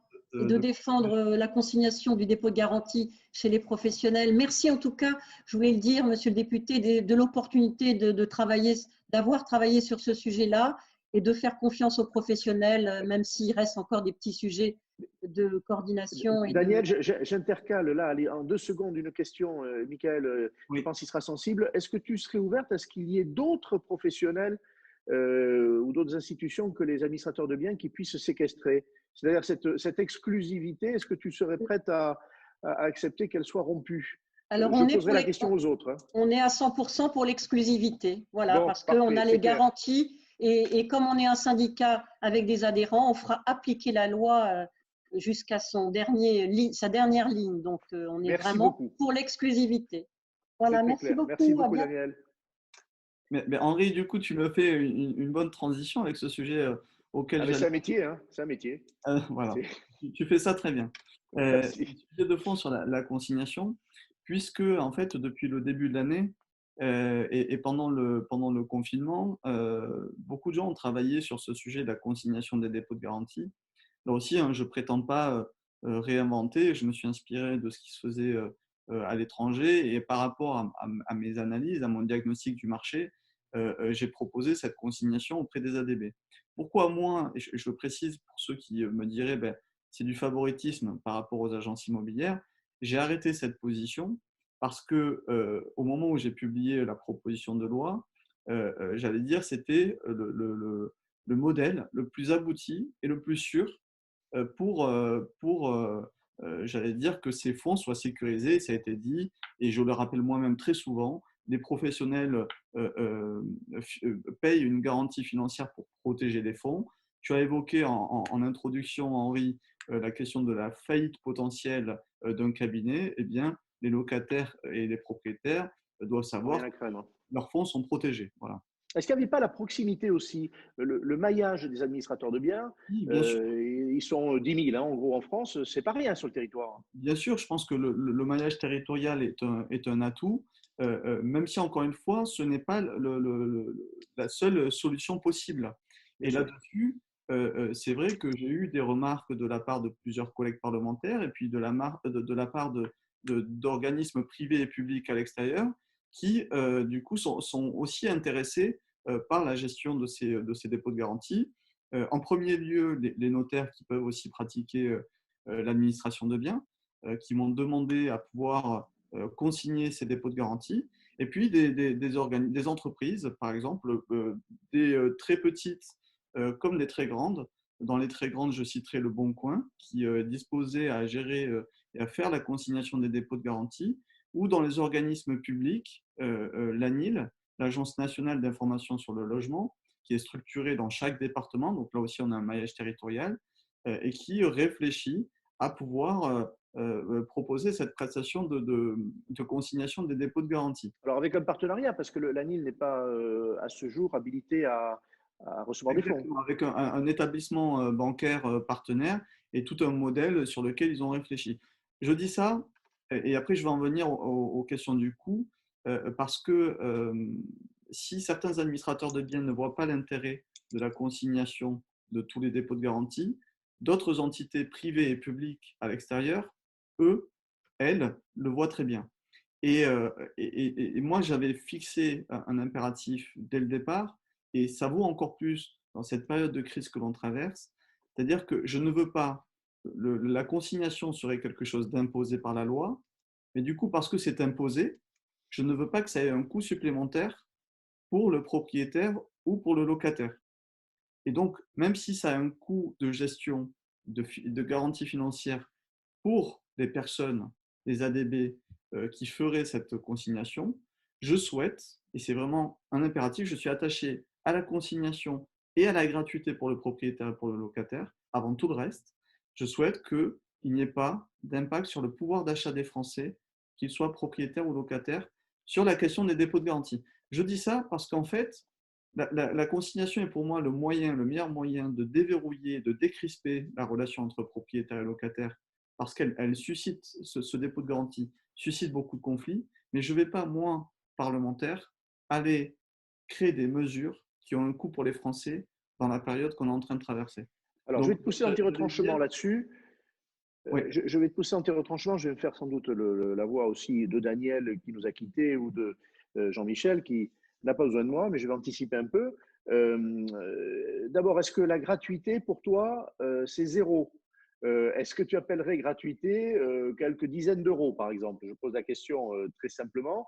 Et deuxièmement, si on maintient la gratuité, Jean-Michel et Daniel parlaient voilà, du coût pour l'entreprise et un modèle économique. Jean-Michel disait, moi, on me dit que le locataire, ça va me permettre de prendre un mandat, mais déjà, c'est le bailleur qui peut me le donner. Bon. Quels bénéfices collatéraux pourraient permettre à un administrateur de biens de dire, bon, allez, je ne prends rien, mais je vais m'y retrouver. Comment tu vois les choses? Et puis, bien sûr, Jean-Michel va réagir, mais je donnerai d'abord la parole à Jean-Jacques Olivier, bien évidemment. Alors, la réponse à la première question, en 3 lettres, non. Non, je ne souhaite pas que… Gratuit, c'est zéro. Gratuit, c'est zéro. Bon. Gratuit, c'est zéro. Et j'insiste sur le fait que, parce que le débat va avoir lieu au moment où la proposition de loi va arriver au Parlement, que cette proposition de loi de mettre tous les dépôts de garantie chez les ADB ne tient que par la gratuité, à partir du moment où d'autres acteurs attendent et se positionnent aujourd'hui pour faire cette consignation à titre totalement gracieux. Ça ne veut pas dire que ça n'a pas de coût, ni pour l'ANIL, ni pour le Bon Coin. Ça veut dire que ces différentes entités y voient un intérêt, et c'est aujourd'hui aussi aux administrateurs de biens avoir l'intérêt de cette consignation, quand bien même il y a des coûts de gestion et une garantie financière, puisqu'il faut assurer ses fonds. Qu'est-ce que c'est l'intérêt? Alors là, je renverse les rôles parce que tu n'es pas administrateur de biens, tu connais bien le métier. Je ne suis pas consultant en stratégie. Voilà, c'est ça. Bon. Ça viendra peut-être. Mais on en connaît, ils t'écoutent. Non, mais il y a des entrepreneurs. Qu'est-ce que ça peut rapporter? Je reprendrai un chiffre simple qui a été rappelé par Benjamin Darmoni tout à l'heure. 2/3 des propriétaires bailleurs aujourd'hui préfèrent gérer seuls que par un intermédiaire. Jean-Michel Canizon disait dépôt de garantie par le locataire. C'est vrai que là aussi, je suis prêt à en discuter, de savoir les modalités précises du dépôt de garantie. moi, je pense qu'il est préférable que ce soit le locataire qui le dépose, mais dans un dépôt de garantie déposé par le locataire, vous avez aussi le contact du propriétaire bailleur. Et ça, que ce soit les ADB, que ce soit l'ANIL ou peu importe quelle autre entité publique ou privée à côté, vous avez accès à de la donnée et à des personnes physiques que vous pouvez, à qui vous pouvez proposer des services. Et après, j'allais dire, c'est la stratégie de développement, c'est du commercial qui là, là j'allais dire, je n'ai pas mon mot à dire sur la stratégie des uns et des autres. Donc, très concrètement, je creuse hein, sur ce que disait Jean-Michel, c'est important. Certes, c'est une créance du locataire, il faut le rappeler, donc c'est son argent qui vient confier le temps de l'occupation du logement jusqu'à la sortie. Mais le propriétaire bailleur, il va apparaître à un moment donné, au moins ses coordonnées vont être connues nécessairement de l'administrateur de biens.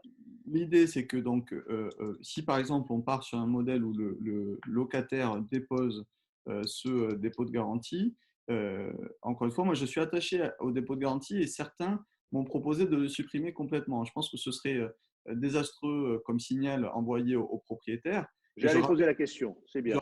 Je rappelle que l'UNPI donc, a parlé de confiscation des dépôts de garantie et on ne peut factuellement pas parler de confiscation puisque cet argent n'appartient pas dans la loi, n'appartient pas au propriétaire bailleur. Par contre, ce que j'ai toujours rappelé, c'est que le propriétaire bailleur doit pouvoir compter dessus.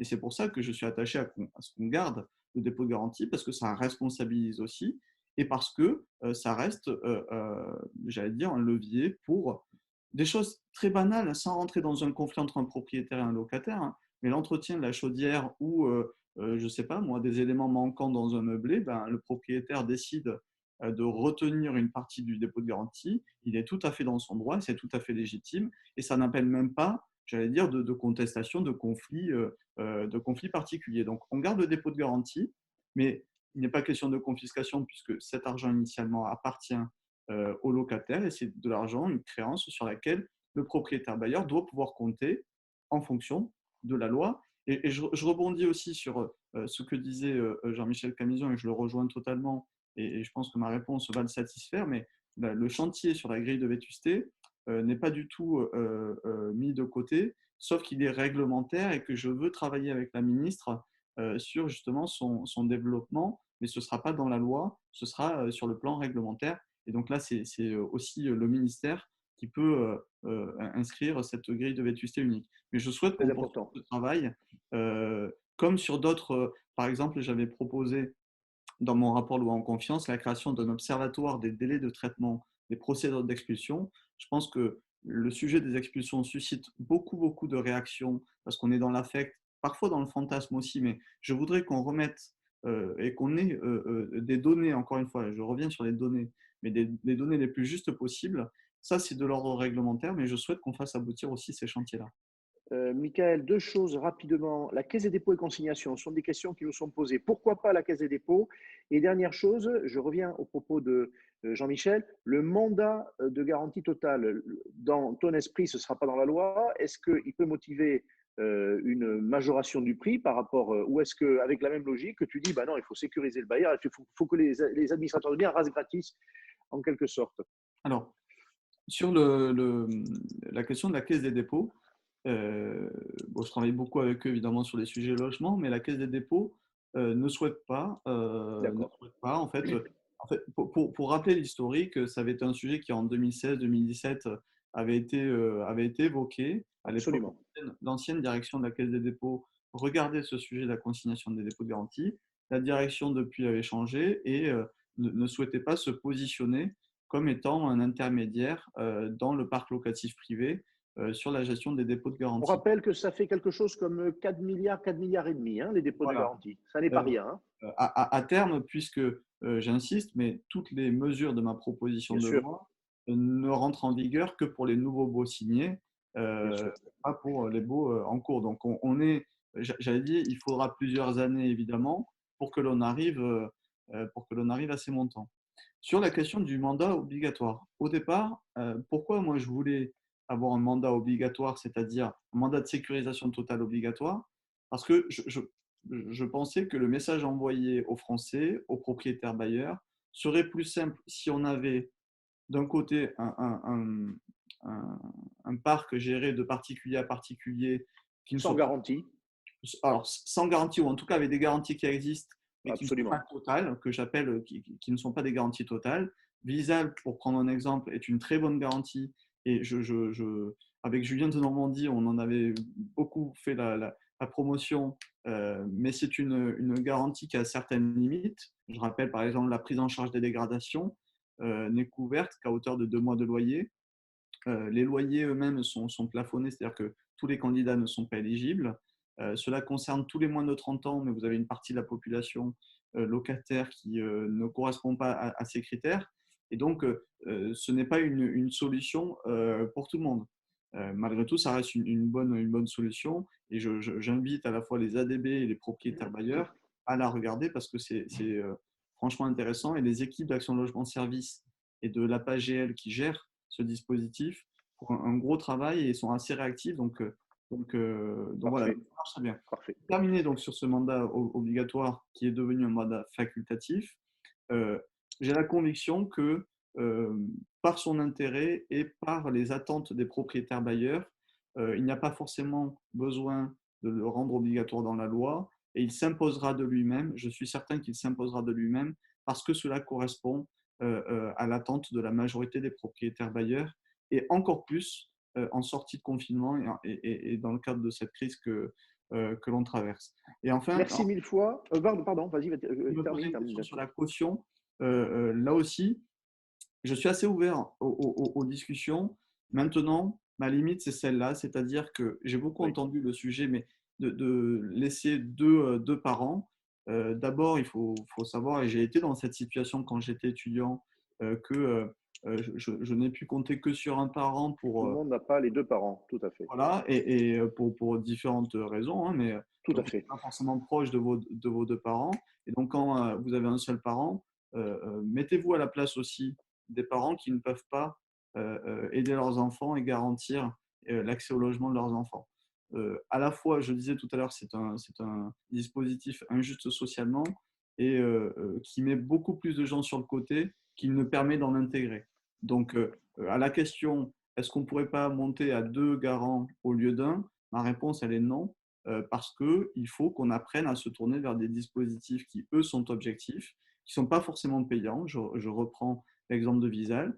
Il existe aussi des GLI qui continueront à exister demain, mais qui, voilà, tout ça, ce ne sont pas des dispositifs obligatoires et contraignants.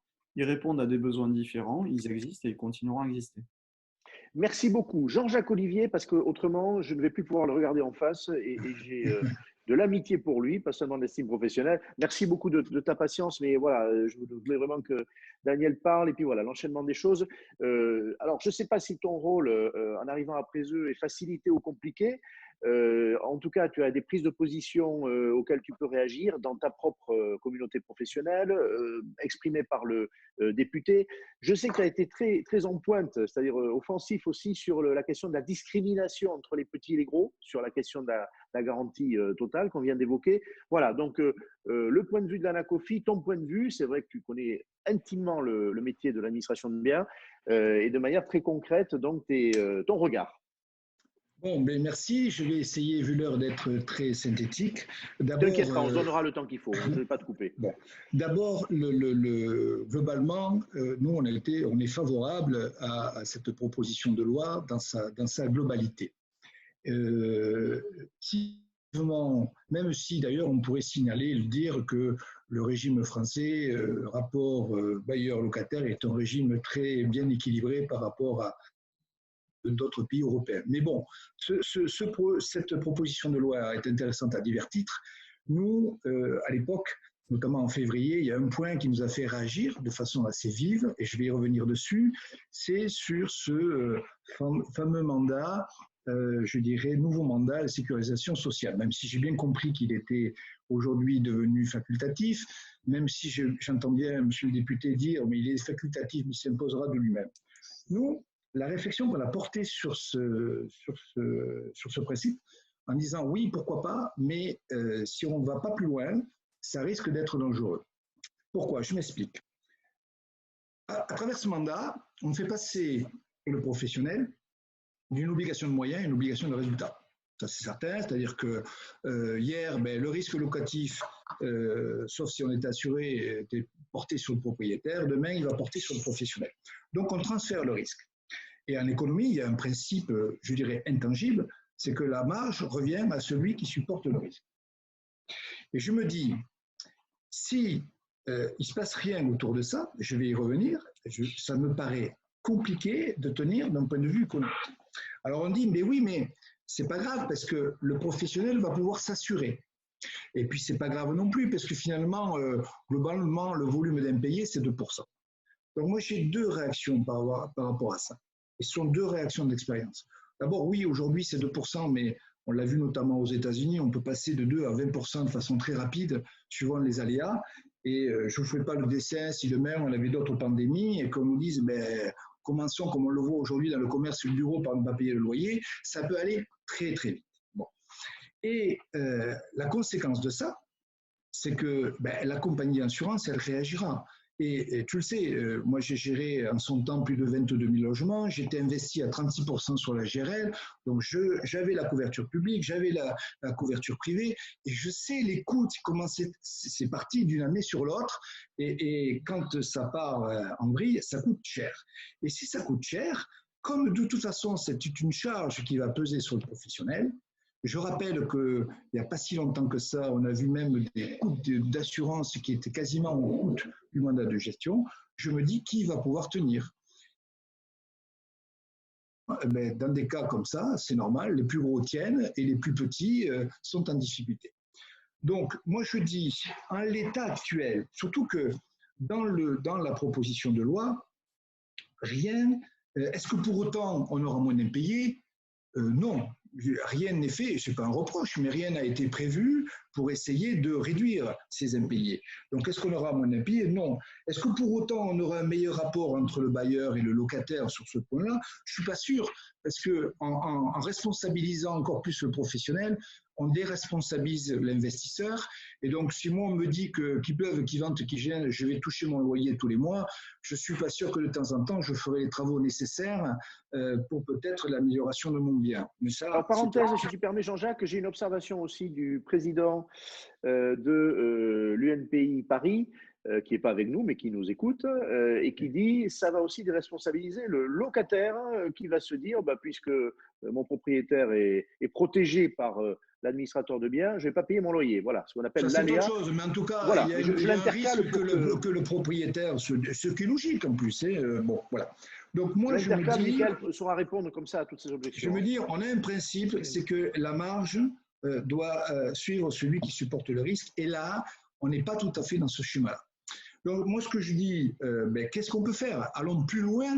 Si on veut imposer un contrat comme ça, comment permettre, je dirais, à cet administrateur de biens de ne pas avoir des charges supplémentaires qui vont être le coût de l'assurance et qui sont sûrement négociées, mais dont on sait pertinemment par expérience que les renégociations sont souvent, je dirais, comment dire, à force pour la compagnie d'assurance. Donc, qu'est-ce qu'on peut faire? Il n'y a pas 36 solutions. Soit, c'est-à-dire, on répartit la marge, mais ça, je ne suis pas sûr que les propriétaires le voient d'un bon œil. Soit, on va essayer de trouver des solutions sur les procédures judiciaires, mais ça, ce n'est pas gagné.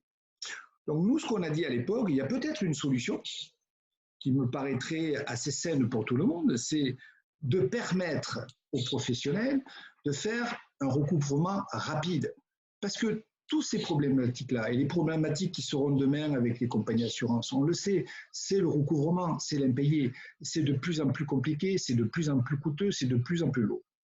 Donc si demain, on permettait à des professionnels de faire un avis à tiers détenteur, c'est-à-dire comme fait l'administration fiscale sur les salaires de quelqu'un qui ne paie pas ses impôts, si on permettait à l'administrateur de biens d'être réactif sur les ressources du locataire indélicat, ça permettrait de limiter le risque des compagnies d'assurance, je dis bien des compagnies d'assurance, et donc le coût de ça auprès du professionnel. Parce que si on lui met, j'entends bien ce que vous dites, monsieur le député, et alors en tant que représentant d'investisseurs, moi on me dit, vous allez investir dans un bien immobilier et puis vous n'avez pas de risque, je devrais que m'en réjouir.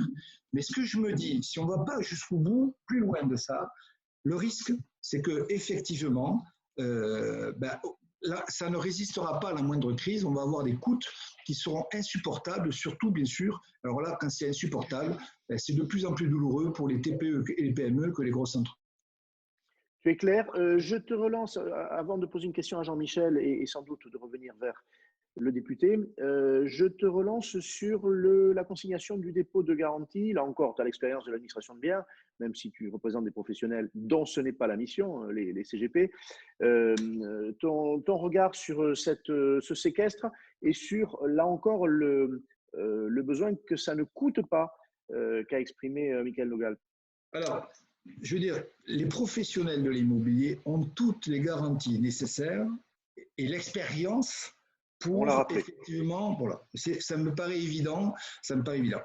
Après, c'est toujours pareil. Je veux dire, si ça va générer de l'activité, vous savez, dans ce métier, je dis souvent, il n'y a pas, c'est très difficile d'avoir une identité de marque, très difficile. Vous voyez, vous prenez par exemple dans l'automobile, vous allez distinguer par exemple une Porsche et une Renault, vous avez des marques et on identifie bien ces marques. Dans la profession des administrateurs de biens, c'est très difficile d'avoir une identité de marque. Donc, les professionnels se battent depuis des années sur les prix. Et c'est toujours en train de rogner la marge alors que les coûts augmentent. Et moi, je dis, si on lui met une charge supplémentaire et si on ne veut pas qu'il y ait une recette en face, ça risque d'être compliqué. Voilà. Comment tu réagis? Tu es un homme de marketing, hein, on peut le dire, et tu l'étais quand tu étais administrateur de biens, même si tu parles de difficultés de se différencier, en tout cas, tu travaillais sur cette voie. Et encore aujourd'hui, la notion de data et de possibilité pour les administrateurs de biens qui connaîtront un locataire, un propriétaire en relation directe, peut-être de vendre ensuite sa gestion, peut-être de vendre des produits complémentaires. Je pense au constat d'état des lieux directement lié au dépôt de garantie. Ton regard de spécialiste aussi du marketing et du commerce des services. Et j'interrogerai bien sûr Jean-Michel là-dessus, juste après. Mais c'est ce que je dis, ce que j'ai toujours dit, c'est-à-dire que le professionnel de l'immobilier est obligé de se distinguer par des prestations de services complémentaires, supplémentaires. C'est pour ça que tout le débat qu'il y a eu à l'époque sur le contrat unique pour le métier de syndic, ne revenons pas là-dessus. Donc, il faut permettre aux professionnels d'être dans l'innovation. Être dans l'innovation, c'est un coût. Voilà.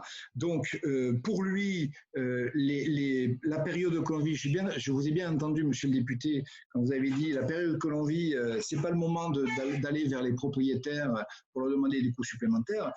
Permettez-moi de dire, et je ne suis plus administrateur de biens aujourd'hui, mais les administrateurs de biens aussi ont des coûts supplémentaires dus à cette période et au confinement et au Covid, à la permanence des moyens, etc. etc. On est tous dans le même bateau par rapport à ça. Bon, moi, ce que je vois, c'est que les marges de ces professionnels n'ont pas augmenté depuis des années. Au contraire, parce qu'ils ont eu plus de charges que d'augmentation. Il suffit d'analyser les coûts de gestion d'une année sur l'autre pour voir la progression. Bon, donc, moi, je trouve que le professionnel est le plus adapté par rapport à ça, de par l'expérience, son savoir-faire et les garanties qu'il a déjà en place. Donc, ça peut être très, très vite. Après, est-ce que ça coûte ou pas? Je pense que ça doit s'étudier de près, oui, parce que c'est toujours difficile de mettre une charge sans une recette en face. Merci beaucoup, Jean-Jacques. Je précise qu'il y a quantité d'intervenants participants qui sont en phase avec toi sur un certain nombre de sujets. Jean-Michel Camille. Michael, d'accord. Oui, pardon, je laisse la parole à Jean-Michel tout à l'heure, mais d'abord parce qu'on va toucher à la fin de cette visio, malheureusement. Mais ce que je vous propose à tous, c'est qu'on refasse une visio thématisée sur le mandat de gestion tel que je l'envisage et le futur rapport entre les ADB et les assureurs et les courtiers, parce que j'y ai beaucoup travaillé. Il y a beaucoup de solutions que les ADB n'ont pas forcément en tête aujourd'hui. Et je voudrais qu'on puisse faire une visio avec des intervenants côté assurance, des intervenants côté ADB, côté fédération, pour approfondir ce sujet qui, je pense, intéresse beaucoup les professionnels et qui mérite qu'on prenne le temps d'en discuter, d'en débattre. Encore une fois, je veux que les choses, moi, de mon côté, soient les plus libres possibles. Bien sûr. Jean-Michel a évoqué tout à l'heure, parmi les adhérents de Pluriance, en fait, différents fonctionnements. Certains qui sont du croire, certains qui fonctionnent avec du stop-loss, c'est-à-dire excès de perte et vous prenez en charge une partie seulement du risque et vous déléguez une partie du risque. Tout ça mérite, je pense, d'être approfondi. Et j'en profite, j'ai jeté un œil sur les commentaires. Je suis désolé de ne pas pouvoir répondre à tout le monde. Il y a des commentaires qui sont plutôt adressés aux ADB, puisque certains contestent j'allais dire, la pertinence de passer par un ADB et pour la gestion et pour la consignation. Donc, il y en a beaucoup. On a avec nous plusieurs propriétaires qui, d'évidence, sont en autogestion et il y a effectivement beaucoup d'objections. Voilà, donc là, c'est peut-être, plutôt que moi, le parlementaire, c'est plutôt peut-être aux ADB à répondre sur pourquoi ils sont plus pertinents pour gérer et à la fois la consignation et un mandat et accompagner la gestion locative des propriétaires bailleurs. Redire, comme je l'ai fait au départ, mais je veux que ce soit très clair, cette proposition de loi n'a pas vocation à obliger les propriétaires bailleurs à passer par un ADB pour la gestion de leurs biens. Il n'est pas du tout question de ça. Cette idée avait été, la proposition du mandat de gestion avait été interprétée comme telle. Je rappelle que le futur mandat de gestion de sécurisation totale est un mandat facultatif que seuls les professionnels qui le souhaitent pourront proposer. C'est-à-dire que demain, vous avez le mandat de gestion, mandat Nogal, comme l'a appelé Jean-Michel Calnizon, qui côtoiera les mandats que vous avez actuellement. Et vraiment, il faut voir cette proposition de loi comme une boîte à outils.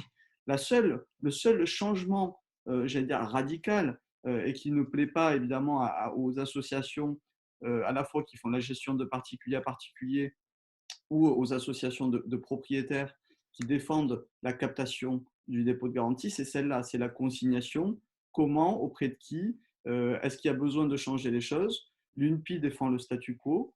Moi, je défends l'idée que parce qu'on a des conflits aujourd'hui entre propriétaires et locataires, il faut faire évoluer ces règles et que la consignation auprès d'un tiers, on parlait dans les commentaires de pourquoi pas mettre le dépôt de garantie dans une banque plutôt que chez un ADB. Chez un assureur, on nous dit aussi chez un assureur, par exemple. Chez un assureur, c'est ce qui se fait, par exemple. La banque, c'est ce qui se fait dans d'autres pays. Il n'y a pas ce que je veux dire, c'est qu'il n'y a pas un modèle de consignation. Le texte de loi, avant qu'il ne soit examiné au Parlement, démarre avec inscrit la consignation auprès des professionnels. Et je le dis aux professionnels, c'est aussi à eux de défendre l'idée qu'ils seraient les meilleurs, les mieux placés pour gérer la totalité des dépôts de garantie du parc locatif privé. Mais encore une fois, pour répondre aux commentaires qui étaient faits, il ne s'agit pas d'une proposition de loi qui vise à amener les propriétaires bailleurs à obliger un propriétaire bailleur à passer par un ADB. Mais je rappelle ma conviction qu'un intermédiaire dans l'immobilier et comme dans beaucoup d'autres domaines me paraît plus intéressant.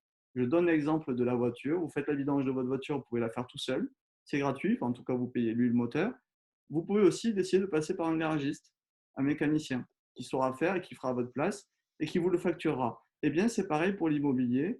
Je pourrais parler de l'agriculture. Vous pouvez cultiver vos tomates ou vous pouvez décider d'aller sur le marché ou au supermarché pour acheter des légumes. Eh bien, il y a la place pour tout le monde. Mais je crois que quand il y a un intermédiaire, c'est aussi source d'une plus grande qualité que l'autogestion. Voilà. Et ça, c'est Michael, ma vision. Avant de donner la parole à Benjamin qui l'a demandé et ensuite Jean-Michel, je tiendrai parole. L'objection que ça peut conduire au non-paiement des loyers des locataires qui vont se dire puisque le parc est protégé en quelque sorte, je ne m'embête plus. Et deuxième objection, elle était faite par Jean-Jacques Olivier, qui est un professionnel. Est-ce que ça ne peut pas pousser des propriétaires bailleurs à dire moi je vais toucher mon loyer, mon administrateur de biens est obligé de me le verser, donc je ne fais pas d'effort pour entretenir ou moderniser mon logement? Non, je ne crois pas. Alors, sur la déresponsabilisation des locataires, on le voit avec les GLI, on le voit avec Visal. Ce n'est pas parce qu'un propriétaire est sécurisé que le locataire va arrêter de payer son loyer. Le fait qu'un locataire ne paye pas son loyer n'est en rien lié, j'allais dire, à la manière dont se sécurise un propriétaire bailleur. Ça, je n'y crois pas un seul instant. Et toutes les études qu'on a faites, et j'en ai beaucoup parlé aussi avec Action Logement, montrent l'inverse, c'est-à-dire qu'un locataire, il tient à payer son loyer. Il y a toujours des locataires indélicats et des locataires de mauvaise foi. Je veux aussi qu'on distingue le retard de paiement qui peut arriver et l'impayé lourd. On n'est pas du tout sur les mêmes sujets parce que votre situation personnelle peut évoluer, vous pouvez rencontrer un retard. Moi, ce que je veux juste avec cette proposition de loi, notamment par le mandat de sécurisation totale, qui, je le répète encore une fois, est facultatif, apporter cette tranquillité aux propriétaires bailleurs, aux futurs investisseurs, parce qu'il est aussi question de motiver les Français qui ont de l'épargne et de l'investir cette épargne dans le secteur du logement. Et je pense que… Il y a un recul d'ailleurs de l'investissement, d'après les derniers constats de Century 21 ou d'autres, une part d'investisseurs qui s'est réduite ces dernières semaines. Hein, oui, et donc, voilà, moi je pense que le logement, ce secteur a besoin de nouveaux investisseurs et que pour assurer un investisseur, la sécurisation des revenus. Et si vous avez une sécurisation des revenus, vous aurez aussi la confiance des banques, la possibilité de négocier des taux attractifs et vous recréez un cercle vertueux entre des personnes qui, jusqu'à présent, étaient dans l'expectative. Il y avait la deuxième question de Jean-Jacques Olivier, mais c'était quoi, Henri? Rappelle-moi. Les propriétaires qui le manque d'investissement des propriétaires bailleurs, c'est ça? Oui, c'est ça. C'est exactement, pour l'entretien de leur logement, oui. Qui dirait, moi, je vais percevoir mon loyer, donc je ne fais pas d'effort en tant que propriétaire bailleur. Là aussi, en fait, l'État, j'allais dire, l'état d'un logement ne dépend pas du fait que le loyer tombe ou ne tombe pas, ou par qui il est payé, qu'il soit payé par le loyer, par le locataire, ou qu'il soit payé par l'ADB demain via son assureur, puisqu'il s'auto-assure pour certains, ou alors qui souscriraient une assurance, ou certains qui, comme Foncière, on l'a dit tout à l'heure, s'auto-assurent. Ça dépend peut-être du niveau de loyer, en revanche. Certains prétendent que si on pouvait augmenter les loyers, il y aurait un meilleur entretien des logements. Ce n'est pas le débat d'aujourd'hui. Je crois qu'on est dans un marché du logement où les uns et les autres attendent juste attendent de la tranquillité. Quand je suis locataire, j'attends qu'on me fournisse un logement qui est décent, qui est de bonne qualité, et je paye un loyer pour ça. Quand je suis propriétaire, il n'y a pas des locataires qui s'amuseraient à ne pas payer les loyers et des propriétaires qui s'amuseraient à mettre sur le marché des logements indignes. Ça existe, hein, ne soyons pas naïfs, ça existe, les marchands de sommeil, ça existe. Les mauvais payeurs, les locataires qui payent mal leur loyer et qui s'en sont fait une spécialité, ça existe. Mais tout ça, c'est très minoritaire et je veux vraiment qu'on s'attelle à remettre de la sérénité, la rationalité dans ce marché du logement qui en a besoin. Benjamin, j'intercale une observation en tant que co-organisateur. Hein. En effet, on n'a pas de représentant de l'univers de l'assurance parce qu'on voulait aujourd'hui faire le point sur la position des grandes parties de la profession, hein, un grand syndicat, Pluriance, l'ANACOFI.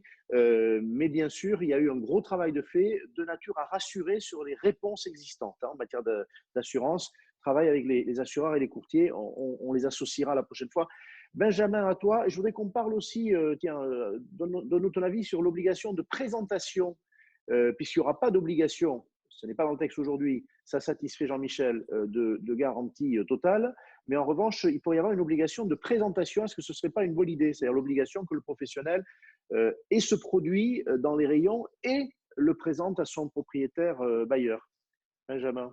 Alors, oui, l'obligation de présentation pour moi serait essentielle parce que au moins que le bailleur puisse avoir le choix, et à ce titre, il devrait, à mon sens, signer le fait qu'il ne souhaite pas souscrire. D'accord. J'aimerais revenir sur un point qui pour moi me paraît essentiel. Je rappellerai à tout le monde que le dépôt de garantie n'est pas la propriété du bailleur. Il est trop souvent fait l'amalgame sur ce point. Et d'ailleurs, à ce titre, tout le monde aujourd'hui dit les professionnels veulent absolument les dépôts de garantie. Je rappellerai que les professionnels que nous sommes avons évoqué lors de conversations et lors de débats le fait de pouvoir envisager de supprimer ce dépôt de garantie. Parce qu'aujourd'hui, il est plus source de problèmes que de solutions. Et effectivement, ça a été très vite mis de côté parce que c'était pas audible auprès des associations de consommateurs, c'était pas audible auprès de l'UNPI, mais il faut savoir que les professionnels ont été jusqu'à ce point extrême. Et en fait, on se rend compte qu'aujourd'hui, dans ce projet de loi, tout est lié.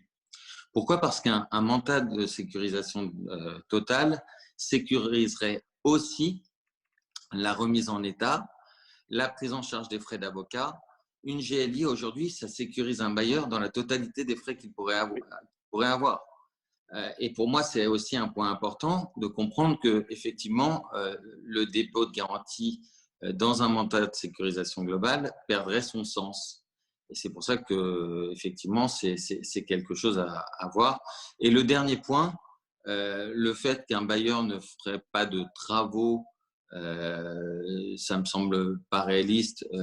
Tous les bailleurs souhaitent louer des logements décents, en tout cas tous nos clients.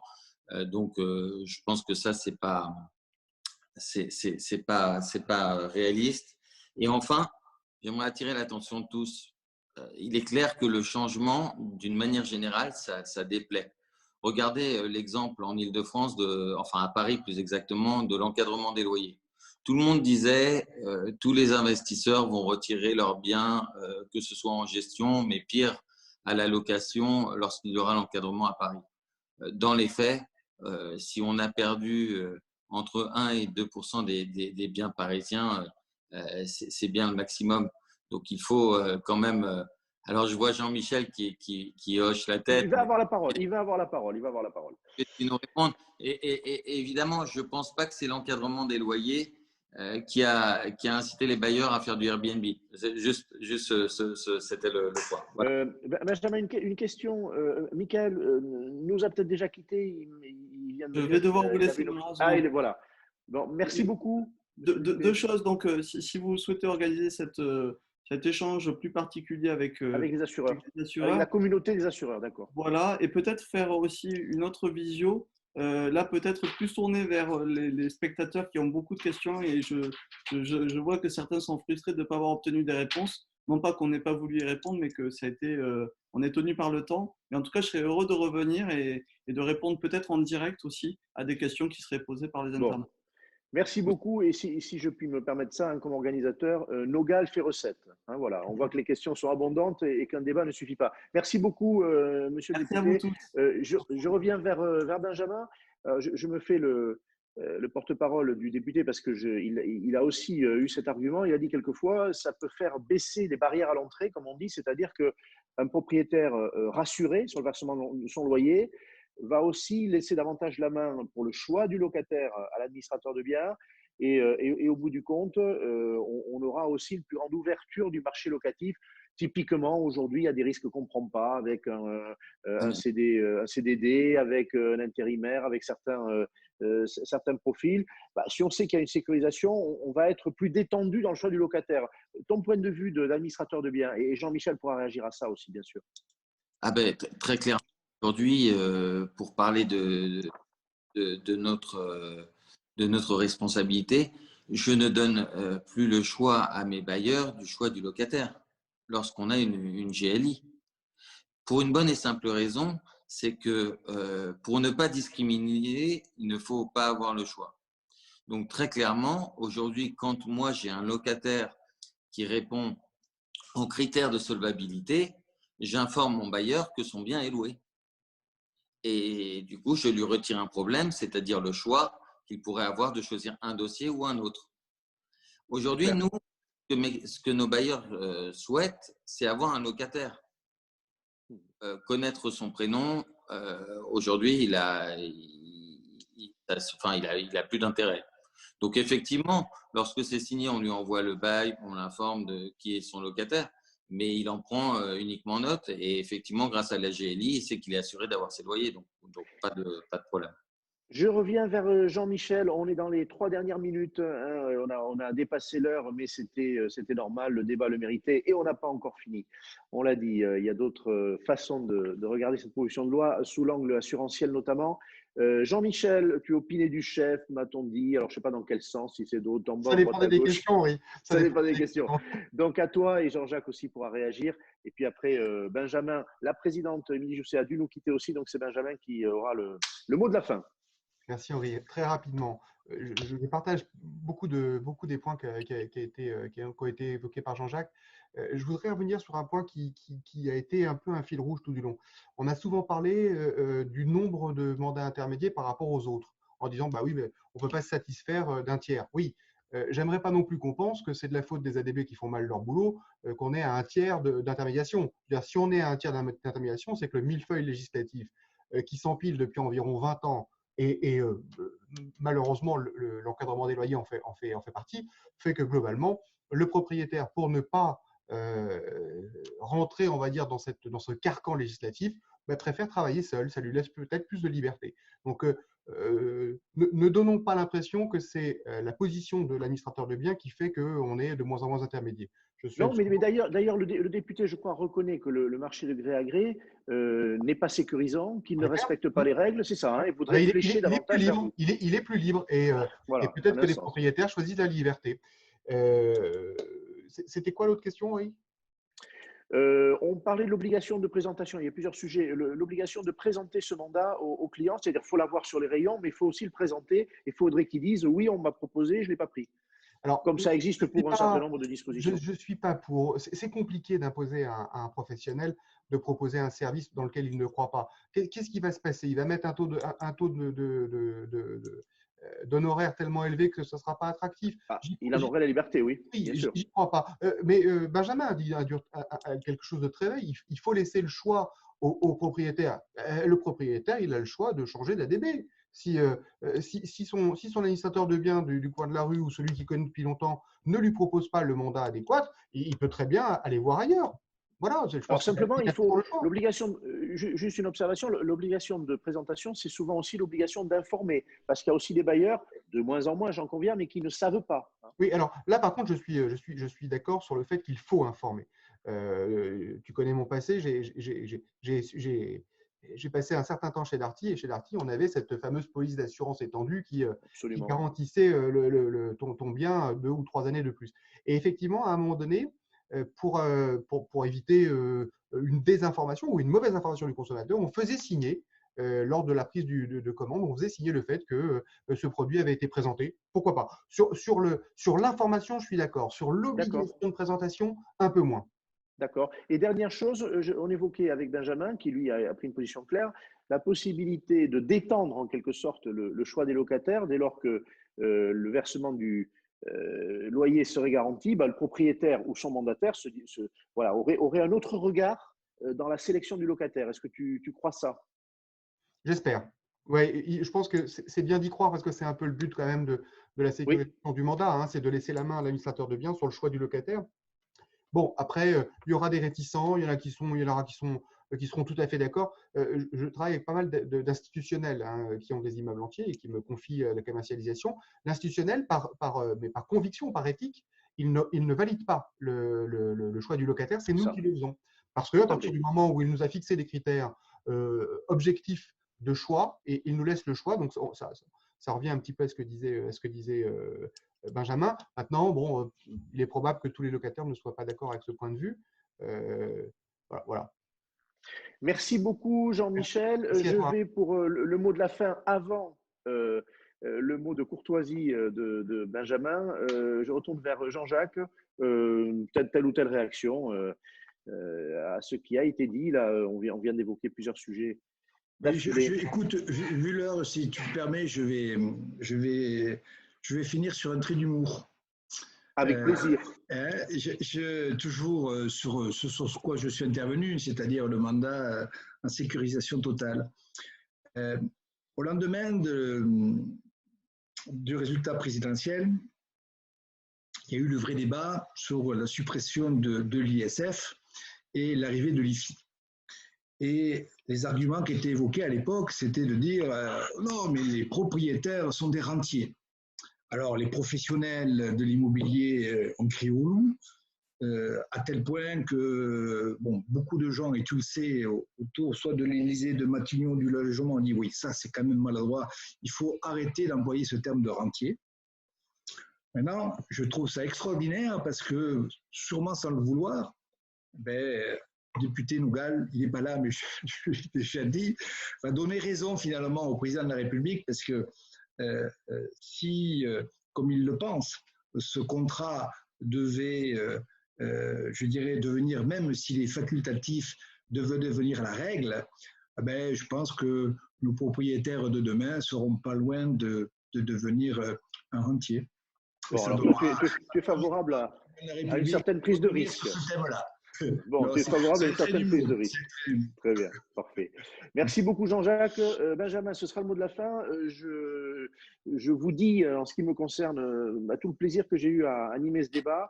Je crois qu'il a été très riche. Alors, comme toujours, c'est frustrant, je peux vous le dire, parce que j'ai accès à toutes les questions et je suis sûr que certains vont repartir avec l'idée qu'on n'a pas traité tout le sujet. Je pense qu'on n'a pas démérité. Vous n'avez pas démérité. Vous avez eu beaucoup de franchise. Je vous dis à quel point c'est un plaisir et c'est le ton qui est souhaité par le cercle des managers. Donc, vous avez parfaitement respecté le cahier des charges. Benjamin. Eh bien, écoutez, moi, je voudrais remercier tous les intervenants. Je pense que le temps a aidé aussi à concilier les professionnels pour aujourd'hui arriver à ce projet. Clairement, aujourd'hui, ce mandat se dirige vers être un mandat facultatif qui répondra aux attentes de chacun. Je ne suis pas sûr qu'avec un mandat de sécurisation totale, on puisse considérer que le bailleur soit un rentier parce que le bailleur souffre pendant des crises qu'on est en train de vivre, que ce soit dans l'habitation ou dans les locaux commerciaux. Très sincèrement, c'est pas simple. Mais en tout cas, voilà, je suis heureux aussi qu'on ait fixé quasiment la prochaine date de notre prochain débat où on va inviter les assureurs, les courtiers et aussi l'UNPI qui sera évidemment le bienvenu dans notre débat. On n'a pas pu le faire pour ce débat parce qu'il était déjà organisé, mais pour la prochaine fois, ils seront à nos côtés et ça animera, j'en suis sûr, le débat sur tous ces sujets. Merci à tous. Merci beaucoup. La prochaine date est fixée. Vous le savez, maintenant, c'est un rendez-vous mensuel. Émilie l'a rappelé. Et donc, la prochaine date, pour ne pas dire de bêtises, c'est évidemment au début du mois d'octobre. Et c'est, mais moi, je vais vous le dire. Il me suffit de regarder pour vous confirmer que c'est le 6 octobre. 6 octobre à 17h. C'est la nouvelle heure, je vous le rappelle. Merci beaucoup. Au mois prochain. Au revoir. Au revoir.